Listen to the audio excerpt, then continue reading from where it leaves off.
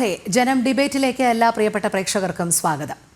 Operation സിന്ദൂറിൽ ഭാരത സൈന്യം എങ്ങനെയാണ് പാക് ആക്രമണങ്ങളെ തടഞ്ഞതെന്ന് വിശദീകരിക്കുന്ന ഏറ്റവും പുതിയ ദൃശ്യങ്ങൾ സൈന്യം പുറത്തുവിട്ടു. അതോടൊപ്പം ഞെട്ടിക്കുന്ന അങ്ങേയറ്റം ഗൗരവ സ്വഭാവമുള്ള വെളിപ്പെടുത്തലായിരുന്നു സുവർണക്ഷേത്രം ആക്രമിക്കാൻ പാകിസ്ഥാൻ പദ്ധതിയിട്ടതായുള്ള വിവരം. എന്നാൽ ഭാരതം പാകിസ്ഥാന്റെ ഈ നീക്കങ്ങളെല്ലാം തച്ചുടയ്ക്കുന്ന കാഴ്ചയാണ് നമുക്ക് കാണാൻ കഴിഞ്ഞത്. സുവർണക്ഷേത്രം മുഴുവൻ വ്യോമ പ്രതിരോധ സംവിധാന കവചം തീർത്തുകൊണ്ട് പാക് ആക്രമണങ്ങളെ പൊളിച്ചടുക്കുന്ന കാഴ്ച. ജനം ഡിബേറ്റ് ചർച്ച ചെയ്യുന്നു. യഥാർത്ഥത്തിൽ പാകിസ്ഥാന്റെ ലക്ഷ്യം ആഭ്യന്തര കലഹം ആയിരുന്നു. രാജ്യത്തിനുള്ളിൽ നിന്നുള്ള ചാരന്മാരുടെ ലക്ഷ്യവും എന്തായിരുന്നു? ശുദ്ധികലശം അതിർത്തിയിലും രാജ്യത്തിനകത്തും അനിവാര്യമോ? ഇന്ന് ഈ ചർച്ചയിൽ നമ്മോടൊപ്പം ചേരുന്ന അതിഥികൾ: മുൻ കരസേനാ ഉദ്യോഗസ്ഥൻ കേണൽ എസ് ഡിന്നി, ഹിന്ദു ഐക്യവേദി നേതാവ് RV ബാബു, റിപ്പബ്ലിക്കൻ പാർട്ടി നേതാവ് ഡോക്ടർ നുസ്രത് ജഹാനൊപ്പം കോൺഗ്രസിന്റെ പ്രതിനിധി പ്രൊഫസർ റോണി കെ ബേബി എന്നിവരാണ്. അതിഥികൾക്കും പ്രേക്ഷകർക്കും ഒരിക്കൽ കൂടി സ്വാഗതം. ആദ്യം ശ്രീമതി നുസ്രത് ജഹാനിലേക്ക് പോകുന്നു. ശ്രീമതി നുസ്രത് ജഹാൻ, പഹൽഗാം ഭീകരാക്രമണം ഉണ്ടായതിനു ശേഷം ഉണ്ടായപ്പോൾ തന്നെ പാകിസ്ഥാൻ ലക്ഷ്യം വെച്ചത് മതം നോക്കിയുള്ള കൊലപാതകമായിരുന്നു. അവിടെ നിന്ന് തന്നെ പാകിസ്ഥാന്റെ ഉന്നം എന്ന് പറയുന്നത് രാജ്യത്തിനകത്ത് ഒരു ആഭ്യന്തര കലഹം ഉണ്ടാക്കുക എന്നുള്ളത് തന്നെയായിരുന്നു. പക്ഷേ കശ്മീർ ജനത പോലും പാകിസ്ഥാൻ മൂർദാബാദ് വിളിക്കുന്ന കാഴ്ച നമ്മൾ കണ്ടതാണ്. അവരുടെ ആദ്യ ശ്രമം അമ്പേ പരാജയപ്പെട്ടു. പക്ഷേ പിന്നീട് അവർ ലക്ഷ്യം വെച്ചത്, അവരുടെ ഡ്രോൺ ആക്രമണങ്ങളും മിസൈലും എല്ലാം ലക്ഷ്യം വെച്ചത് നമ്മുടെ ജനവാസ മേഖലകളും ഒപ്പം പൈതൃക സ്മാരകങ്ങളും, പ്രത്യേകിച്ച് ക്ഷേത്രങ്ങൾ. അതിലേറ്റവും പ്രധാനമാണ്, നമുക്കറിയാം, ലോക പ്രശസ്തമായ അമൃത്സറിലെ സുവർണക്ഷേത്രം. ഇതായിരുന്നു അവരുടെ പദ്ധതി. യഥാർത്ഥത്തിൽ ഒരു ഭീകരാക്രമണത്തിന് മുൻപ് തന്നെ അവരുടെ ലക്ഷ്യമെന്ന് പറയുന്നത് രാജ്യത്തിനകത്ത് മതസ്പർദ്ധ വളർത്തുക, അതിനോടൊപ്പം തന്നെ ഒരു ആഭ്യന്തര കലഹം ഉണ്ടാക്കുക, അങ്ങനെ രാജ്യത്തിൻ്റെ ആ ഒരു വികസന കുതിപ്പിന് തടയിടുക. ഇതായിരുന്നു അവർ ലക്ഷ്യം വെച്ചിരുന്നത്. അതെ, തീർച്ചയായിട്ടും. കാരണം ഇന്ന് ബാലുചിസ്ഥാൻ മന്ത്രിയുടെ ഒരു സ്പീച്ചിന്റെ ഒരു ചെറിയ ഭാഗം ഞാൻ കേട്ടു. അതിൽ അവർ നിങ്ങളിപ്പോ രോഹിണി ചോദിച്ച ഈ ചോദ്യത്തിന്റെ കറക്റ്റ് ഉത്തരമായിട്ട്, കാരണം ഇന്ത്യ എന്ന രാജ്യത്തുനിന്ന് അവിടത്തേക്ക് വന്ന എത്രയോ നല്ല മുസ്ലിങ്ങളും ഹിന്ദുക്കളും അവിടെ ഉണ്ട്. പക്ഷെ ഒരു കൂട്ടം ആളുകളുടെ അന്ന് മതത്തിന്റെ പേരിൽ ഭാരതം വെട്ടിമുറിച്ച ഒരു കൂട്ടര്, ഭാരതത്തിന്റെ മഹിമയോ ഭാരതത്തിന്റെ സ്പിരിച്വാലിറ്റിയോ മനസ്സിലാവാത്ത ഒരു കൂട്ടര് ഞങ്ങളെ നാട്ടിലുണ്ട്. അവര് ചെയ്യുന്ന കാര്യങ്ങള് ഇന്ത്യയിൽ പറഞ്ഞ മുസ്ലിം ആണെങ്കിലും ഹിന്ദു ആണെങ്കിലും ക്രിസ്ത്യാനി ആണെങ്കിലും അവർ ഭാഗ്യവാന്മാരാണ് ആ രാജ്യത്ത് താമസിക്കാൻ പറ്റുക എന്നുള്ളത്. ഞങ്ങളെ സംബന്ധിച്ചിടത്തോളം ഈ രാജ്യത്ത് പാകിസ്ഥാൻ എന്ന രാജ്യത്ത് മതം മാത്രമാണ് ഇതിന് മുന്നിൽ പിടിക്കുന്നത്. അത് എന്തിന്റെ ഊഹം വെച്ചാന്നറിയില്ല. പക്ഷെ ഞാൻ ആശ്ചര്യപ്പെടുന്ന ഇന്ത്യയിലെ ഈ പാകിസ്ഥാൻ സിന്ദാബാദ് വിളിക്കുന്ന ആൾക്കാരോട് പറയാനുള്ളത്, നിങ്ങൾക്ക് മനസ്സിലായില്ല, നിങ്ങൾ മതത്തിന്റെ പേരിലല്ല വിളിക്കുന്നത്. ഭീകരവാദത്തിന് എന്റെ സൈഡ് കൂടിയാണ് നിങ്ങൾ സഹതാപം പറയണത് എന്ന് നിങ്ങൾ ഓരോരുത്തരും ഓർക്കണം. പാകിസ്ഥാനെ സപ്പോർട്ട് ചെയ്യണ ഓരോരുത്തരും, മുസ്ലിം ആയാലും കമ്മ്യൂണിസ്റ്റ് ആയാലും കോൺഗ്രസ് ആയാലും, അപ്പൊ നമ്മൾ അവരെല്ലാരും കൂട്ടി വിളിക്കേണ്ട ഒരു പേരെന്താന്ന് എനിക്കറിയില്ല. അപ്പൊ ഈ ഒരു വിത്ത് വിതച്ചിട്ടുള്ളത് അത് എക്കാലവും നിലനിൽക്കും. പക്ഷെ ജനങ്ങളാണ് അതിനെപ്പറ്റി ശ്രദ്ധിക്കേണ്ടത്. അതുകൊണ്ടാണ് ജനങ്ങൾക്ക് ഈ ആക്രമണം ഉണ്ടായതിന്റെ ഷോർട്ടാണത്. ആ ഷോർട്ടേജ് എന്ന് അവർ മനസ്സിലാക്കുന്നത് എന്ത് വെച്ചാല്, നമ്മൾ മനസ്സിലാക്കേണ്ടേ, സുവർണക്ഷേത്രം ആക്രമിക്കാന്, ബാക്കി ക്രിസ്ത്യൻ ദേവാലയം ആക്രമിച്ചു, ഇതിലെ ഹോസ്പിറ്റലുകള്, ഇതെല്ലാം സിവിലിയനും നമ്മളുടെ ദേവാലയങ്ങളുമായിരുന്നു ആക്രമിച്ചതെങ്കിൽ അത് വീണ്ടും ഇവിടെ പ്രശ്നങ്ങൾ ഉണ്ടാക്കും. ഇത് പറയും. കാരണം അതിന് ഉദാഹരണമാണല്ലോ ഇന്ന് നമ്മൾ കാണുന്നത്. കഴിഞ്ഞ ദിവസം 6 യൂട്യൂബേഴ്സിനെ ഇന്ത്യയിൽ നിന്ന് പൊക്കി. അതിൽ ഒരാളുടെ പേര് മാത്രമേ കേരളത്തിൽ നടന്നൊഴുകുന്നുള്ളൂ. എവിടെ തുറന്നാലും സംഘീനെ പിടിച്ചു. ഹിന്ദുവിനെ ക്രൈമിൽ പെടുന്നവരെ മുഴുവനും സംഘിയാക്കുക എന്നുള്ളതുണ്ട്. അവരൊക്കെ അവരുടെ താല്പര്യങ്ങൾക്ക് യൂട്യൂബ് ചെയ്ത് പണം ഉണ്ടാക്കാനുള്ള ഇന്നലെ ഇപ്പൊ കണ്ടത് വെച്ച് ശരിയാണെങ്കിൽ കേക്ക് മുറിക്കാൻ കൊണ്ടുപോയ പാകിസ്ഥാനിലെ എംബസിയിലേക്ക് കേക്ക് മുറിക്കാൻ കൊണ്ടുപോയ അവന്റെ സുഹൃത്തു കൂടിയായിരുന്നു ആ പെണ്ണ്. അപ്പൊ ഇതിപ്പോ നാളെ രാഹുൽ ഗാന്ധി ഇപ്പൊ ഇത്രയൊക്കെ രാജ്യത്തിനെതിരെ പറയുന്നു, അപ്പൊ രാഹുൽ ഗാന്ധിനെ സംഖ്യ എന്ന് ഇവര് വിളിക്കോ? അതെ. അതില്ല. അപ്പൊ രാഹുൽ ഗാന്ധിനെ സന്ധ്യ, രാഹുൽ ഗാന്ധി ഇപ്പോൾ എന്താ ചോദിക്കുന്നത് രാജ്യത്തിന് കൂടെ? രാജ്യത്തെ പ്രധാനമന്ത്രി ഒരു പിന്നെ ഡെലിഗേഷൻ ടീം ഉണ്ടാക്കി എല്ലാരെയും കൂടെ കൂട്ടിയിട്ടാ. രാജ്യത്തിന് ഒരു പ്രശ്നം വരുമ്പോ എല്ലാരും വന്നാ സൈന്യത്തില് പിന്നെ സർവീസ് അനുഷ്ഠിക്കണം എന്നുള്ള ചില രാജ്യങ്ങള് നിർബന്ധമാക്കിയ രാജ്യങ്ങളുണ്ട്. കാരണം എല്ലാരും ഒരു യുദ്ധം വന്നാല് ഓരോ സിവിലിയനും അതിന് പാർട്ടാവാൻ വേണ്ടി അവന് ഒരു ഇത് കൊടുക്കുന്നതാണ് അത്, ട്രെയിനിങ്ങും അതിനുള്ള എങ്ങനെ പ്രിപ്പറേഷനുള്ള. അപ്പൊ ഇന്നിപ്പോ ഇന്ത്യ മഹാരാജ്യത്ത് വരെ അതിനുള്ള ഒരു അവസ്ഥയിൽ വന്നിരിക്കുമ്പോ നമ്മൾ ഒന്നിച്ചു നിന്ന് ഇത് കാര്യങ്ങൾ ചെയ്യുമ്പോൾ ഭാരതത്തിന്റെ മിസൈൽസ് എത്ര പോയി, എത്ര ആൾക്കാർ മരിച്ചു, ആ കണക്കൊക്കെ ദാറ്റ് ഇസ് ഒരു രാജ്യത്തെ കണക്ക്. ഇതുപോലുള്ള കണക്കുകൾ അത് സീക്രട്ട് ആയിട്ട് തന്നെ വെക്കണം, സീക്രട്ട് ഏജൻസി. അത് നുസ്രത് ജഹാൻ, നമ്മുടെ ദൗർഭാഗ്യകരമായ വസ്തുത അതാണ്. അതായത് സൈന്യം സുസജ്ജമായി പാകിസ്ഥാന്റെ എല്ലാ പ്രതിരോധങ്ങളെയും അല്ലെങ്കിൽ ആക്രമണങ്ങളെയും നമ്മൾ തച്ചുടച്ച് നീങ്ങിക്കൊണ്ടിരിക്കുന്ന കാഴ്ചയാണ് കണ്ടത്. പക്ഷേ രാജ്യത്തിനകത്ത് നിന്ന് ചില വിധ്വംസക സ്വരങ്ങൾ ഉയർന്നത്. 8ഓളം പാകിസ്ഥാനെ സഹായിച്ചതിന്റെ പേരിൽ അറസ്റ്റ് ചെയ്തിരിക്കുന്നത് 8ഓളം പേരായി ഇപ്പോൾ നിലവിൽ. ആ പേരൊക്കെ ഒന്ന് വായിച്ചു നോക്കൂ, ഏതൊക്കെ പേരുണ്ട്. ആ പേരുകളൊന്നും എന്താണ് നമ്മുടെ കേരളത്തിൽ ചർച്ച ചെയ്യാത്തവരോന്? ആ പേരിനില്ലല്ലോ. ആകെപ്പോ എങ്ങനെ നരേന്ദ്രമോദിയും പിന്നെ BJP-നെയും തരം താഴ്ത്താന്നുള്ള പിന്നെ കാര്യങ്ങളെ നോക്കുന്നുള്ളൂ. പാർട്ടീനെ ഗവൺമെന്റിനെ അല്ല ഇവരൊന്നും സപ്പോർട്ട് ചെയ്യണേ. ഗവൺമെന്റിന്റെ കൂടെ നിൽക്കണ്ടപ്പോ ഇവര് എങ്ങനെ BJP-നെ BJP ഒരു പൊളിറ്റിക്കൽ പാർട്ടി, ഗവൺമെന്റ് അവർ റൂൾ ചെയ്യുന്നേ ഉള്ളൂ. പക്ഷെ അവിടെ ബ്യൂറോക്രസി ഉണ്ട്, ആർമി ഉണ്ട്. ആർമി ഓഫീസർ തന്നെ ഫസ്റ്റ് ഡേ കൊടുത്തിട്ടുണ്ട് രാഹുൽ ഗാന്ധിക്ക് മറുപടി. അവർ aim was to do the mission, not to the count the bodies or anything. എന്താ പോയത് എന്നുള്ളത്, മരിച്ചവരെ എണ്ണായിരുന്നില്ല, ഞങ്ങളെ മിഷൻ സക്സസ്ഫുൾ ആയിട്ട് കംപ്ലീറ്റ് ചെയ്യായിരുന്നു എന്നാണ് ആർമി ചീഫ് പറഞ്ഞത്. പിന്നെ ഇന്ത്യക്ക് ടെററിസം എന്നുള്ള ഒരു സാധനം വന്നാൽ ഇന്ത്യ ഇനി വാറാണ്. We don't have a compromise or a talk or anything on that. അതിലൊരു പീസ്ഫുൾ ടോക്ക് പോലും ഇല്ല. If you see anything we will have a war. ഒരു ചോദ്യം ഉത്തരമില്ല. അതുകൊണ്ട് നമ്മുടെ ശക്തമായി തന്നെ നിൽക്കാം. ഇപ്പൊ ഈ ഏത് ആക്രമണവും, അത് ഭീകരവാദത്തിൽ ഊന്നിയാകട്ടെ, എന്തായാലും അതിർത്തി കടന്നുള്ള ഏത് ആക്രമണവും ഭാരതം യുദ്ധമായി തന്നെ കാണും എന്നുള്ളത്. തിരികെ ചർച്ചയിലേക്ക്. ശ്രീ RV ബാബു, ഇവിടെ പാക് ആക്രമണങ്ങളെ സൈന്യം ശക്തമായി തന്നെ ചെറുത്തു, തിരിച്ചടി നൽകി. പാകിസ്ഥാൻ കനത്ത പ്രഹരമേറ്റുവാങ്ങി പരാജയ ഭീതി മൂലം ലോകരാഷ്ട്രങ്ങളോട് കേണപേക്ഷിക്കുന്ന സാഹചര്യത്തിലേക്ക് വരെ ഭാരതം കൊണ്ടുചെന്നെത്തിച്ചു. എന്നു മാത്രമല്ല, തങ്ങളുടെ പ്രതിരോധ സംവിധാനങ്ങൾ വിശദീകരിക്കവേ സൈന്യം വ്യക്തമാക്കിയത് നമ്മുടെ പ്രതിരോധ സംവിധാനങ്ങളുടെ വെറും 10% മാത്രമാണ് നമ്മൾ ഉപയോഗിച്ചത് ഇവരെ ചെറുക്കാൻ എന്നുള്ളതാണ്. അപ്പോൾ നമ്മുടെ സൈനിക ശക്തി തന്നെ എത്രത്തോളം വലുതാണ് എന്നുള്ളത് നമുക്ക് മനസ്സിലാക്കാൻ കഴിയും. പക്ഷേ അപ്പോഴാണ് ഭാരതത്തിനകത്തു നിന്ന് ഉയരുന്ന ഈ വിമർശന സ്വരങ്ങൾ, അത് ഏറെ വേദനിപ്പിക്കുന്നതാണ്. നമുക്കറിയാം പ്രതിപക്ഷ പാർട്ടികൾ തുടക്കം മുതൽ ഉന്നയിച്ച ആരോപണങ്ങൾ. അതിനൊടുവിൽ ഇപ്പോൾ ഏറ്റവും ഒടുവിലായി അറിയാൻ കഴിയുന്നത് പാകിസ്ഥാനെ നിരന്തരം സഹായിക്കുന്ന ചാരന്മാരുടെ എണ്ണം. ഇതൊക്കെ 1% വരുന്നത്. പക്ഷേ എന്നാൽ പോലും ഇവർ അങ്ങേയറ്റം അപകടകാരികൾ തന്നെയല്ലേ? രാജ്യത്തെ, പിറന്ന മണ്ണിനെ ഒറ്റുകൊടുക്കുന്ന ഒരു പ്രവണതയല്ലേ ഇതിനകത്ത് നിന്നുകൊണ്ട് ഇവർ പയറ്റുന്നത്? തീർച്ചയായും ഒരു രാജ്യത്തെ സംബന്ധിച്ച് ആ രാജ്യത്തിന്റെ ശക്തി എന്ന് പറയുന്നത് ആ രാജ്യത്തെ ജനങ്ങളാണ്. ജനങ്ങളുടെ ഐക്യവും ദേശത്തോടുള്ള പ്രതിബദ്ധതയും രാഷ്ട്രത്തിന് വേണ്ടി ജീവിക്കാനും രാഷ്ട്രത്തിന് വേണ്ടി മരിക്കാനും തയ്യാറുള്ള ഒരു ജനതയാണ് യഥാർത്ഥത്തിൽ രാഷ്ട്രത്തിന്റെ ശക്തി. അത് കഴിഞ്ഞതിന് ശേഷം മാത്രമാണ് ഒരു രാഷ്ട്രത്തെ സംബന്ധിച്ചിടത്തോളം ആയുധങ്ങളും അതേപോലെ സമ്പത്തും ഒക്കെ വരുന്നുള്ളൂ. ജനങ്ങളാണ് രാഷ്ട്രത്തിന്റെ ശക്തി.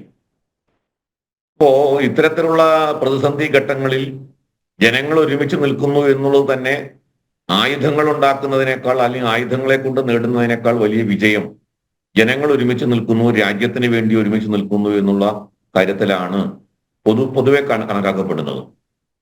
അപ്പോ ആ നിലയ്ക്ക് നോക്കിയാൽ ഭാരതത്തെ സംബന്ധിച്ചിടത്തോളം പാകിസ്ഥാനുമായിട്ട് ഈ സമയത്തുണ്ടായിട്ടുള്ള ഈ ഒരു യുദ്ധസമയത്ത് പൊതുവെ നമുക്ക് രാജ്യത്തെ ജനങ്ങൾ ഒരുമിച്ച് രാജ്യത്തിന്റെ താല്പര്യങ്ങൾക്ക് വേണ്ടി ഒരുമിച്ച് നിന്നു എന്ന് വേണം കരുതാൻ. അതാണ് നമുക്ക് കാണാൻ കഴിഞ്ഞിട്ടുള്ളത്. എന്നാൽ ചില ആളുകൾ അവരുടെ സ്വാർത്ഥ താല്പര്യങ്ങൾക്ക് വേണ്ടി അവര് രാജ്യത്തെ ഒറ്റുകൊടുക്കുന്ന സമീപനം സ്വീകരിച്ചത്. എല്ലാ കാലത്തും അങ്ങനെയാണ് നമ്മുടെ രാജ്യം അടിമത്തത്തിലേക്ക് പോയത്. നമ്മുടെ രാജ്യം വൈദേശിക ആക്രമണങ്ങളുടെ മുന്നിൽ പരാജയപ്പെട്ടു പോയത് ഒക്കെ നമ്മുടെ ഉള്ളിൽ നിന്ന് തന്നെ അത്തരം ശത്രുക്കളെ സഹായിക്കാൻ ഉണ്ടായതുകൊണ്ടാണ്.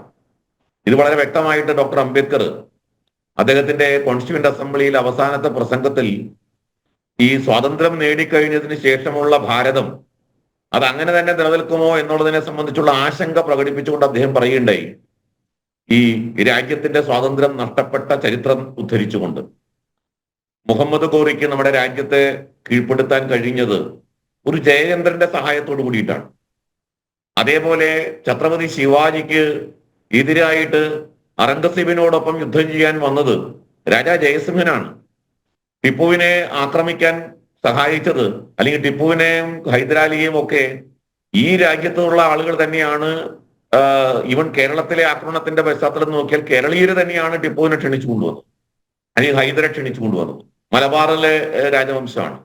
ഇതൊക്കെ നോക്കുമ്പോൾ ഉള്ളിൽ നിന്നുള്ള സഹായത്തോടു കൂടിയിട്ട് മാത്രമാണ് യഥാർത്ഥത്തിൽ നമ്മുടെ രാജ്യത്തെ ആക്രമിച്ച് കീഴ്പ്പെടുത്താൻ നാളിതുവരെയുള്ള ചരിത്രത്തിൽ നമുക്ക് കാണാൻ കഴിയും. ഉള്ളിൽ നിന്നുള്ള സഹായത്തോടു കൂടിയിട്ടാണ് നമ്മളെ കീഴ്പ്പെടുത്തിയിട്ടുള്ളത്. ശത്രുക്കൾക്ക് നേരിട്ട് നമ്മളെ കീഴ്പ്പെടുത്താൻ, അവരുടെ ശക്തി ഉപയോഗിച്ച് കീഴ്പ്പെടുത്താൻ കഴിയാതെ വരുന്ന സമയത്തൊക്കെ നമ്മുടെ ഉള്ളിലുള്ള ചില ആളുകളുടെ സഹായം അവർക്ക് ലഭിച്ചതിന്റെ അടിസ്ഥാനത്തിലാണ്. അത് ചരിത്രത്തിൽ ഒട്ടനവധി സന്ദർഭങ്ങളിലൂടെ നമുക്ക് കാണാൻ കഴിയും. ഇവിടെയും അത്തരത്തിലുള്ള ചില അനുഭവങ്ങൾ നമുക്ക് ഈ നിർണായക സന്ദർഭത്തിൽ രാജ്യം ഒറ്റക്കെട്ടായിട്ട് ഒരുമിച്ച് നിന്ന് പാകിസ്ഥാന് എതിരായിട്ട് രാജ്യത്തോടൊപ്പം ജനങ്ങൾ നിന്ന സമയത്ത് സ്വാർത്ഥ താല്പര്യങ്ങൾക്ക് വേണ്ടി, ചിലര് പണത്തിന് വേണ്ടിയാണ്. ഇപ്പൊ ഇവിടെ ജ്യോതി മൽഹോത്ര യൂട്യൂബറാണ്. ഞാൻ മനസ്സിലാക്കുന്നത് അവരുടെ താല്പര്യം പണമാണ്. പാകിസ്ഥാൻ അവരെ വിലക്കെടുത്തു. അവര് ഇതിനു മുൻപേ തന്നെ പാകിസ്ഥാനിൽ സന്ദർശനം നടത്തിയിട്ടുണ്ട്. ഇന്ത്യയിലെ പ്രധാനപ്പെട്ട പല പ്രദേശങ്ങളുടെയും ചിത്രങ്ങൾ പകർത്തി അത് പാകിസ്ഥാന് കൊടുത്തിട്ടുണ്ട്. ഈ പഹൽഗാം ആക്രമണത്തിന് തൊട്ട് മുൻപായിട്ട് അവർ പാകിസ്ഥാൻ സന്ദർശിച്ചു എന്ന് പറയുന്നു. അവരുടെ എംബസിയിൽ പോയിട്ടുണ്ട്. അങ്ങനെ ഏകദേശം ഒരു വർഷം മുമ്പേ തന്നെ ഇവരുടെ ഈ യൂട്യൂബ് അതേപോലെ വ്ളോഗിനെയൊക്കെ സംബന്ധിച്ചുള്ള പരാതികൾ ഉയർന്നിട്ടുണ്ട്. അപ്പോ ഇത്തരത്തിലുള്ള ആളുകൾ ഇപ്പോ ഏകദേശം 11 പേര് അറസ്റ്റ് ചെയ്യപ്പെട്ടിട്ടുണ്ടെന്നാണ് ഞാൻ മനസ്സിലാക്കുന്നത്. ഈ 11 പേരില് മതം തിരിച്ചു നമ്മൾ നോക്കേണ്ട കാര്യമില്ല. അപ്പൊ മതം തിരിച്ച് ഉള്ള ഒരു മതത്തിന് വേണ്ടി ആരെങ്കിലും ഈ തരത്തിൽ ചെയ്തു എന്നുള്ളതിനേക്കാൾ ഉപരിയായിട്ട് ഞാൻ മനസ്സിലാക്കുന്നത് ഇത്തരം ആളുകളൊക്കെ സ്വാർത്ഥ താല്പര്യങ്ങൾക്ക് വേണ്ടിയാണ്, പണത്തിന് വേണ്ടിയാണ്, അതല്ലെങ്കിൽ മറ്റേതെങ്കിലും സൗകര്യങ്ങൾക്ക് വേണ്ടിയാകും. പലപ്പോഴും രാജ്യത്തിനെതിരായിട്ട് നിൽക്കുന്നത് പല ഘടകങ്ങളുണ്ട്. മതം ഒരു പ്രധാനപ്പെട്ട ഘടകം തന്നെയാണ്. ഇവിടെ അറസ്റ്റ് ചെയ്യപ്പെട്ട ആളുകൾക്ക് മതം പ്രധാന ഘടകമായിരുന്നോ എന്നുള്ളത് നമുക്ക് തെളിയിക്കാൻ പറ്റിയിട്ടില്ല. അങ്ങനെ നമുക്ക് കാണാൻ സാധ്യമല്ല. പക്ഷേ മതം പലപ്പോഴും പ്രധാന ഘടകമാകാറുണ്ട്. ഇന്ത്യയുടെ താല്പര്യത്തിനെതിരായിട്ട് തങ്ങളുടെ മതത്തിന്റെ താല്പര്യം ഉയർത്തിപ്പിടിച്ചുകൊണ്ട് പാകിസ്ഥാന് സിന്ദാബാദ് വിളിക്കുന്ന ഒട്ടനവധി സന്ദർഭങ്ങൾ നമ്മുടെ രാജ്യത്ത് നമ്മൾ കണ്ടിട്ടുണ്ട്. അതൊരു വിഭാഗം ആളുകൾ ചിലപ്പോൾ ക്രിക്കറ്റ് കളിയുടെ സമയത്താകാം, അല്ലെങ്കിൽ ഇതുപോലുള്ള ഇപ്പൊ യുദ്ധ സമയത്താകാം. ഇപ്പോൾ തന്നെ കർണാടകയിൽ നിന്നുള്ള ഒരു MP ഇപ്പോ ഈ കോൺഗ്രസ് ഡെലിഗേഷന് വേണ്ടി സമർപ്പിച്ച ലിസ്റ്റിൽ ഉൾപ്പെട്ട ഒരു MP ഉണ്ടല്ലോ. ആ MP എന്താണ്, അദ്ദേഹത്തിന് സയ്യിദ് അഹമ്മദ് എന്നോ അദ്ദേഹത്തിന്റെ പേര് ഞാൻ ഓർക്കുന്ന അങ്ങനെയാണ്. അപ്പൊ അദ്ദേഹം ജയിച്ച സമയത്ത് അദ്ദേഹത്തിന്റെ വിജയാഘോഷം നടത്തിയത് പാകിസ്ഥാന് സിന്ദാബാദ് വിളിച്ചിട്ടാണ് അനുയായികൾ നടത്തിയത്. അപ്പൊ പാകിസ്ഥാന് സിന്ദാബാദ് വിളിച്ചിട്ട് വിജയാഘോഷം നടത്തിയ അനുഭവം നമ്മുടെ ഇന്ത്യയിലുണ്ട്. അത് മാത്രമല്ല ശ്രീ RV ബാബു, ഈ സെയ്ദിനെയാണ് കോൺഗ്രസ് അവരുടെ പ്രതിനിധി സംഘത്തിൽ ഉൾപ്പെടുത്തിയ ലിസ്റ്റിലുള്ളത്. ഗൗരവ് ഗൊഗോയും ആനന്ദ് ശർമ്മയും സെയ്ദും ഒരു അമരീന്ദർ സിംഗും രാജാ സിംഗുമായിരുന്നു അവരുടെ ലിസ്റ്റിൽ ഉണ്ടായിരുന്നവർ. 3 പേരാണ് അതിൽ ആരോപണ വിധേയർ. അല്ല, ഈ ഗൊഗോയെ സംബന്ധിച്ചിടത്തോളം ഇന്നും ഞാൻ ഇപ്പോ ഹേമന്ത് ശർമ്മ വളരെ ശക്തമായിട്ടുള്ള ആരോപണം ഉന്നയിച്ചിട്ടുണ്ട്. അദ്ദേഹം വ്യക്തമായ തെളിവുകൾ അദ്ദേഹത്തിന്റെ കയ്യിലുണ്ട് എന്ന് അദ്ദേഹം പറഞ്ഞിട്ടുണ്ട്. അപ്പൊ ആ തെളിവുകളെ കുറിച്ചുള്ള അന്വേഷണം നടക്കുമായിരിക്കാം. കോൺഗ്രസിന്റെ ഒരു ഉന്നത നേതാവാണ്. അദ്ദേഹത്തിന് പാകിസ്ഥാനുമായിട്ടുള്ള അവിഹിതമായിട്ടുള്ള ബന്ധം ഉണ്ടായിരുന്നു എന്നുള്ള ആരോപണമാണ് ഹേമന്ത് ശർമ്മയെ പോലുള്ള ഒരു മുഖ്യമന്ത്രിയാണ് ഉന്നയിക്കുന്നത്. അപ്പൊ തീർച്ചയായും മുഖ്യമന്ത്രി തലത്തിൽ ഉന്നയിക്കപ്പെട്ട ആരോപണത്തെക്കുറിച്ച് തീർച്ചയായും അന്വേഷണം ഉണ്ടാവും.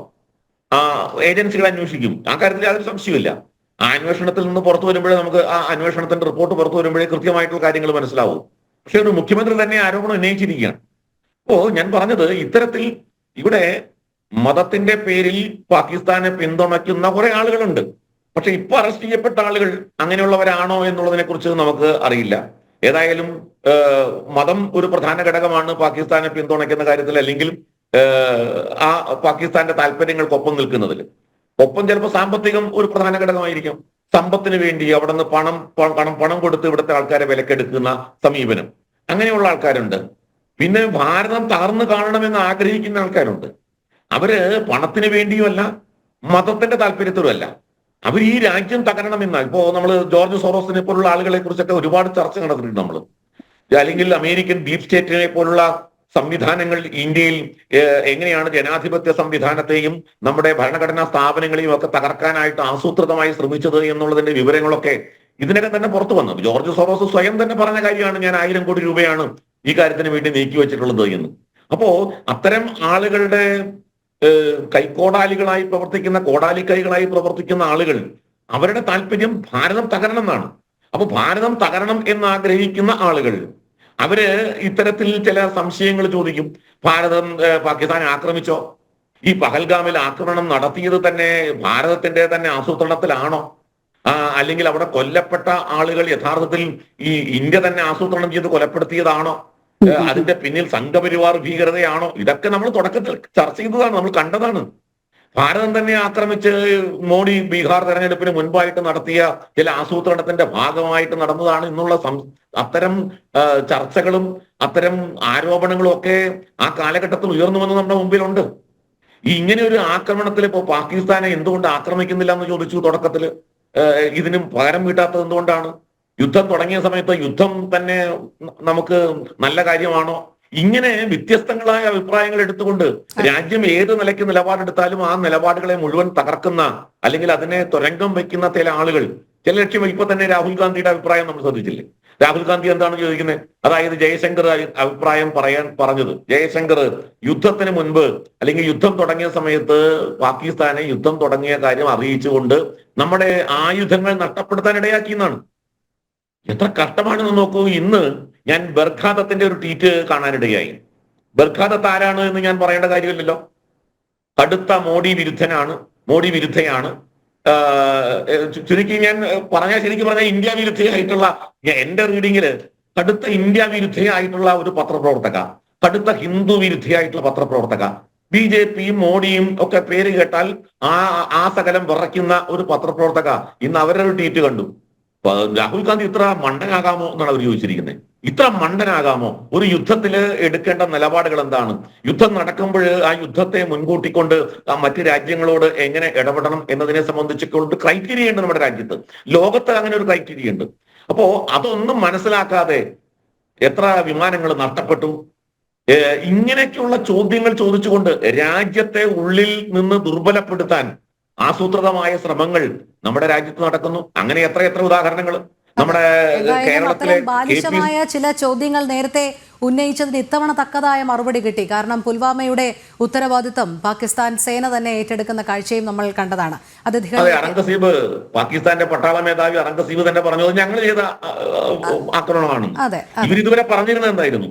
അപ്പൊ പാകിസ്ഥാനിലെ ആരോപണങ്ങൾക്ക് ചൂട്ടുപിടിക്കുകയും പാകിസ്ഥാനിൽ ഇന്ത്യക്കെതിരെ ആരോപണങ്ങൾ ഉന്നയിക്കാനും പ്രചരണം നടത്താനും വേണ്ട മുദ്രാവാക്യങ്ങൾ ഇന്ത്യയിൽ നിന്ന് കൊടുക്കുന്ന സാഹചര്യം നമ്മൾ കണ്ടതാണ് ഈ കഴിഞ്ഞ കാലങ്ങളിൽ. അതെ, തീർച്ചയായും. അതുകൊണ്ട് തന്നെയാണ് ഇത്തരത്തിലുള്ള ചില ചോദ്യങ്ങളും ഉയരുന്നത്. നമ്മുടെ ശുദ്ധി കലശം എന്ന് പറയുമ്പോൾ അത് അതിർത്തിയിലുള്ളതുപോലെ തന്നെ രാജ്യത്തിനകത്തും കൂടി പ്രാവർത്തികമാക്കണ്ടേ എന്നുള്ളത്. വളരെ പെട്ടെന്ന് തന്നെ മറ്റ് അതിഥികളിലേക്ക് കൂടി എത്താം. തിരികെ ചർച്ചയിലേക്ക്. കേണൽ എസ് ഡിനി, ഇന്നും സൈന്യം പുതിയ ദൃശ്യങ്ങൾ പുറത്തുവിട്ടു. പാക് ആക്രമണങ്ങളെ ഏതു രീതിയിലാണ് നമ്മൾ തച്ചുടച്ചത് എന്നുള്ളത്. അതോടൊപ്പം തന്നെ ഏറെ ഗൗരവ സ്വഭാവമുള്ള ഒരു വെളിപ്പെടുത്തൽ കൂടിയായിരുന്നല്ലോ അമൃത്സറിലെ സുവർണ ക്ഷേത്രം ആക്രമിക്കാനുള്ള പദ്ധതി. അതനുസരിച്ചായിരുന്നു മിസൈലുകൾ പാകിസ്ഥാൻ തൊടുത്തുവിട്ടത്. പക്ഷേ നമ്മുടെ വ്യോമ പ്രതിരോധ കവചം തന്നെ സുവർണ ക്ഷേത്രത്തിന് ചുറ്റും സൃഷ്ടിച്ചുകൊണ്ടാണ് അതെല്ലാം തച്ചുടച്ചത്. ഇത് വിശദീകരിക്കവേ നമ്മുടെ പ്രതിരോധ സംവിധാനങ്ങളുടെ വെറും 10% മാത്രമാണ് ഉപയോഗിച്ചത് എന്നുള്ളതാണ് ഏറെ അഭിമാനകരമായ കൗതുകകരമായ ഒരു വസ്തുത. നമ്മുടെ സൈനിക ശക്തി എന്താണ് എന്നുള്ളത് പാകിസ്ഥാന് ഇപ്പോൾ കൃത്യമായി തന്നെ ബോധ്യപ്പെടുന്ന ഒരു സാഹചര്യം. എന്തായാലും നമ്മുടെ പ്രതിരോധ സംവിധാനങ്ങളുടെ വിജയം, സൈനിക ശക്തിയുടെ വിജയം, ഇതെല്ലാം ഓരോ ദിവസവും കൃത്യമായ ദൃശ്യങ്ങളുടെയും വിശകലനങ്ങളുടെയും അടിസ്ഥാനത്തിൽ, അതോടൊപ്പം തന്നെ നമ്മൾ എത്ര കൃത്യമായി ഒരു മൊട്ടുസൂചി തറയ്ക്കുന്നത് പോലെ കൃത്യമായി എവിടെയൊക്കെയാണോ ഭീകര കേന്ദ്രങ്ങൾ അത് കൃത്യമായി കണ്ടെത്തിക്കൊണ്ട് അവിടമൊക്കെ തരിപ്പണമാക്കുന്ന കാഴ്ച, അവിടെ നിന്ന് തന്നെയുള്ള പ്രതികരണങ്ങൾ വരുന്നുണ്ട്. അവരുടെ വ്യോമത്താവളങ്ങൾ നമ്മൾ നശിപ്പിച്ച കാഴ്ച, ഇങ്ങനെ വളരെ ആസൂത്രണത്തോടെ കൃത്യതയോടുകൂടി നടത്തുന്ന ഒരു നീക്കം തന്നെയായിരുന്നില്ലേ ഭാരതത്തിന്റെ ഓപ്പറേഷൻ സിന്ദൂർ? വളരെ ശരിയാണ്. അതിനകത്ത് യാതൊരു ഡൗട്ടും ഇല്ല. എനിക്കൊന്ന് ഭാരതത്തിനുള്ളിലും ആർക്കും ഡൗട്ട് ഇല്ല. ഭാരതത്തിന്റെ പുറത്തും ലോക രാജ്യങ്ങളിൽ, പ്രത്യേകിച്ച് ഈ സ്ട്രാറ്റജിക് അഫയേഴ്സ് അല്ലെങ്കിൽ ഡിഫൻസ് ഇതിനെയൊക്കെ ഫോളോ ചെയ്യുന്ന ആളുകളൊക്കെ മുൻപൊന്നും ഇല്ലാത്ത രീതിയിൽ ഭാരതത്തിന്റെ ഈ ഒരു ആക്ഷൻ ഓപ്പറേഷൻ സിന്ദൂറിനെ അവർ തന്നെ വളരെ അതിശയത്തോടും വളരെ റെസ്പെക്ട്ഫുള്ളിയാണ് അവർ കാണുന്നത്. എങ്ങനെയാണ് ഒരു രാജ്യം ഭീകരവാദത്തിന് എഗെയിൻസ്റ്റ് ഉള്ള പോരാട്ടത്തിൽ ഇതുപോലുള്ള ഒരു ഓപ്പറേഷൻ ചെയ്യാൻ എങ്ങനെ സാധിച്ചു? അതും ന്യൂക്ലിയർ വെപ്പൺ ഉള്ള ഒരു രാജ്യത്തിന്റെ എഗെയിൻസ്റ്റ് ആണ് നമ്മൾ ചെയ്തത്. അത് വേറൊരു രാജ്യമല്ല, ന്യൂക്ലിയർ വെപ്പൺ ഉള്ള ഒരു രാജ്യത്ത് ഭീകരവാദത്തിന്റെ എഗെയിൻസ്റ്റ് ആയിട്ട് ഇത്ര പ്രിസൈസ് ആയിട്ട് എത്രയാണോ ആവശ്യം, അപ്രോപ്രിയേറ്റ് എത്രയാണ് ആവശ്യം അത്ര മാത്രം നമ്മൾ ചെയ്തു എന്നുള്ള രീതിയിലേക്ക്. അപ്പൊ അത് എനിക്ക് തോന്നുന്നു വരും ദിവസങ്ങളിൽ ഇതൊരു പാഠപുസ്തകത്തിന്റെ ഭാഗമായിട്ട് തന്നെ ലോകരാജ്യങ്ങളിലെ പല മിലിറ്ററി ആം ഫോഴ്സസും അവരിതിനെ പഠിക്കും, ഇതിനെക്കുറിച്ചുള്ള അതൊക്കെ അനാലിസിസ് ഒക്കെ നടത്തും.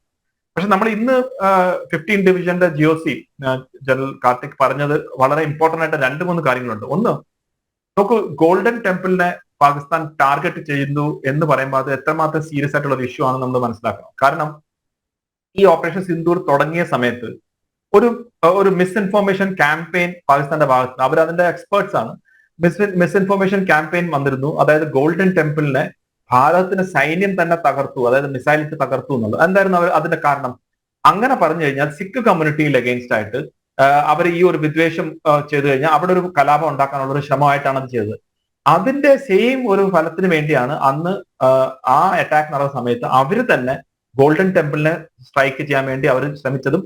നമ്മുടെ എയർ ഡിഫൻസ് സിസ്റ്റം, പ്രത്യേകിച്ച് ആകാശ് എന്നൊക്കെ പോലെ അതിന്റെയൊക്കെ ഇന്ന് വളരെ കറക്റ്റ് ആയിട്ടുള്ള ഇൻഫർമേഷൻ, അതിന്റെ പ്രൂഫ്, അതിന്റെ ഓഫീസേഴ്സ്, ജവാൻസ്, പാർട്ടിസിപ്പേറ്റ് ചെയ്ത ആളുകളെല്ലാം തന്നെ ഇന്ന് മീഡിയയുടെ മുന്നിൽ വന്ന് അവർ തന്നെ ബ്രീഫ് ചെയ്യുന്നതിന്റെ ഏറ്റവും എന്താ പറയുക, നമ്മുടെ ഇന്ത്യ എന്നുള്ള ഡെമോക്രാറ്റിക് നേഷന്റെ ഏറ്റവും ഒരു നല്ലൊരു ഉദാഹരണമായിട്ട്, അതായത് ഓപ്പറേഷൻ ആരാണോ പങ്കുചേർന്ന് അവരെ തന്നെ ഫ്രണ്ടിൽ നിന്ന് കാണിക്കുന്ന രീതിയാണ്. പക്ഷെ ഈ ഒരു ശ്രമം ഒന്ന് ആലോചിച്ച് നോക്കൂ. ഗോൾഡൻ ടെമ്പിൾ പോലെ എത്ര പവിത്രമായിട്ടുള്ള സിഖ് കമ്മ്യൂണിറ്റിക്ക് അത്രമാത്രം ഇമ്പോർട്ടൻസ് അല്ല. ഞാനൊക്കെ അവിടെ പല പ്രാവശ്യം പോയിട്ടുള്ള ഒരു വ്യക്തിയാണ്. അവിടെ ആ ഒരു ആരാധനാലയത്തിൽ അങ്ങനെ എന്തെങ്കിലും സംഭവിച്ചിരുന്നെങ്കിൽ എന്തായിരിക്കും സ്ഥിതി? കാരണം ആ ഒരു സമയത്ത് ഈ മിസ്ഇൻഫോർമേഷൻ ക്യാമ്പയിൻ കൂടെ നടന്നിരുന്നെങ്കിൽ നമുക്ക് ചിലപ്പം പല രീതിയിലുള്ള പ്രശ്നങ്ങൾ ഉണ്ടാവാനുള്ള സാധ്യത ഉണ്ടായിരുന്നു. അതായിരുന്നു പാകിസ്ഥാൻ ശ്രമിച്ചത്.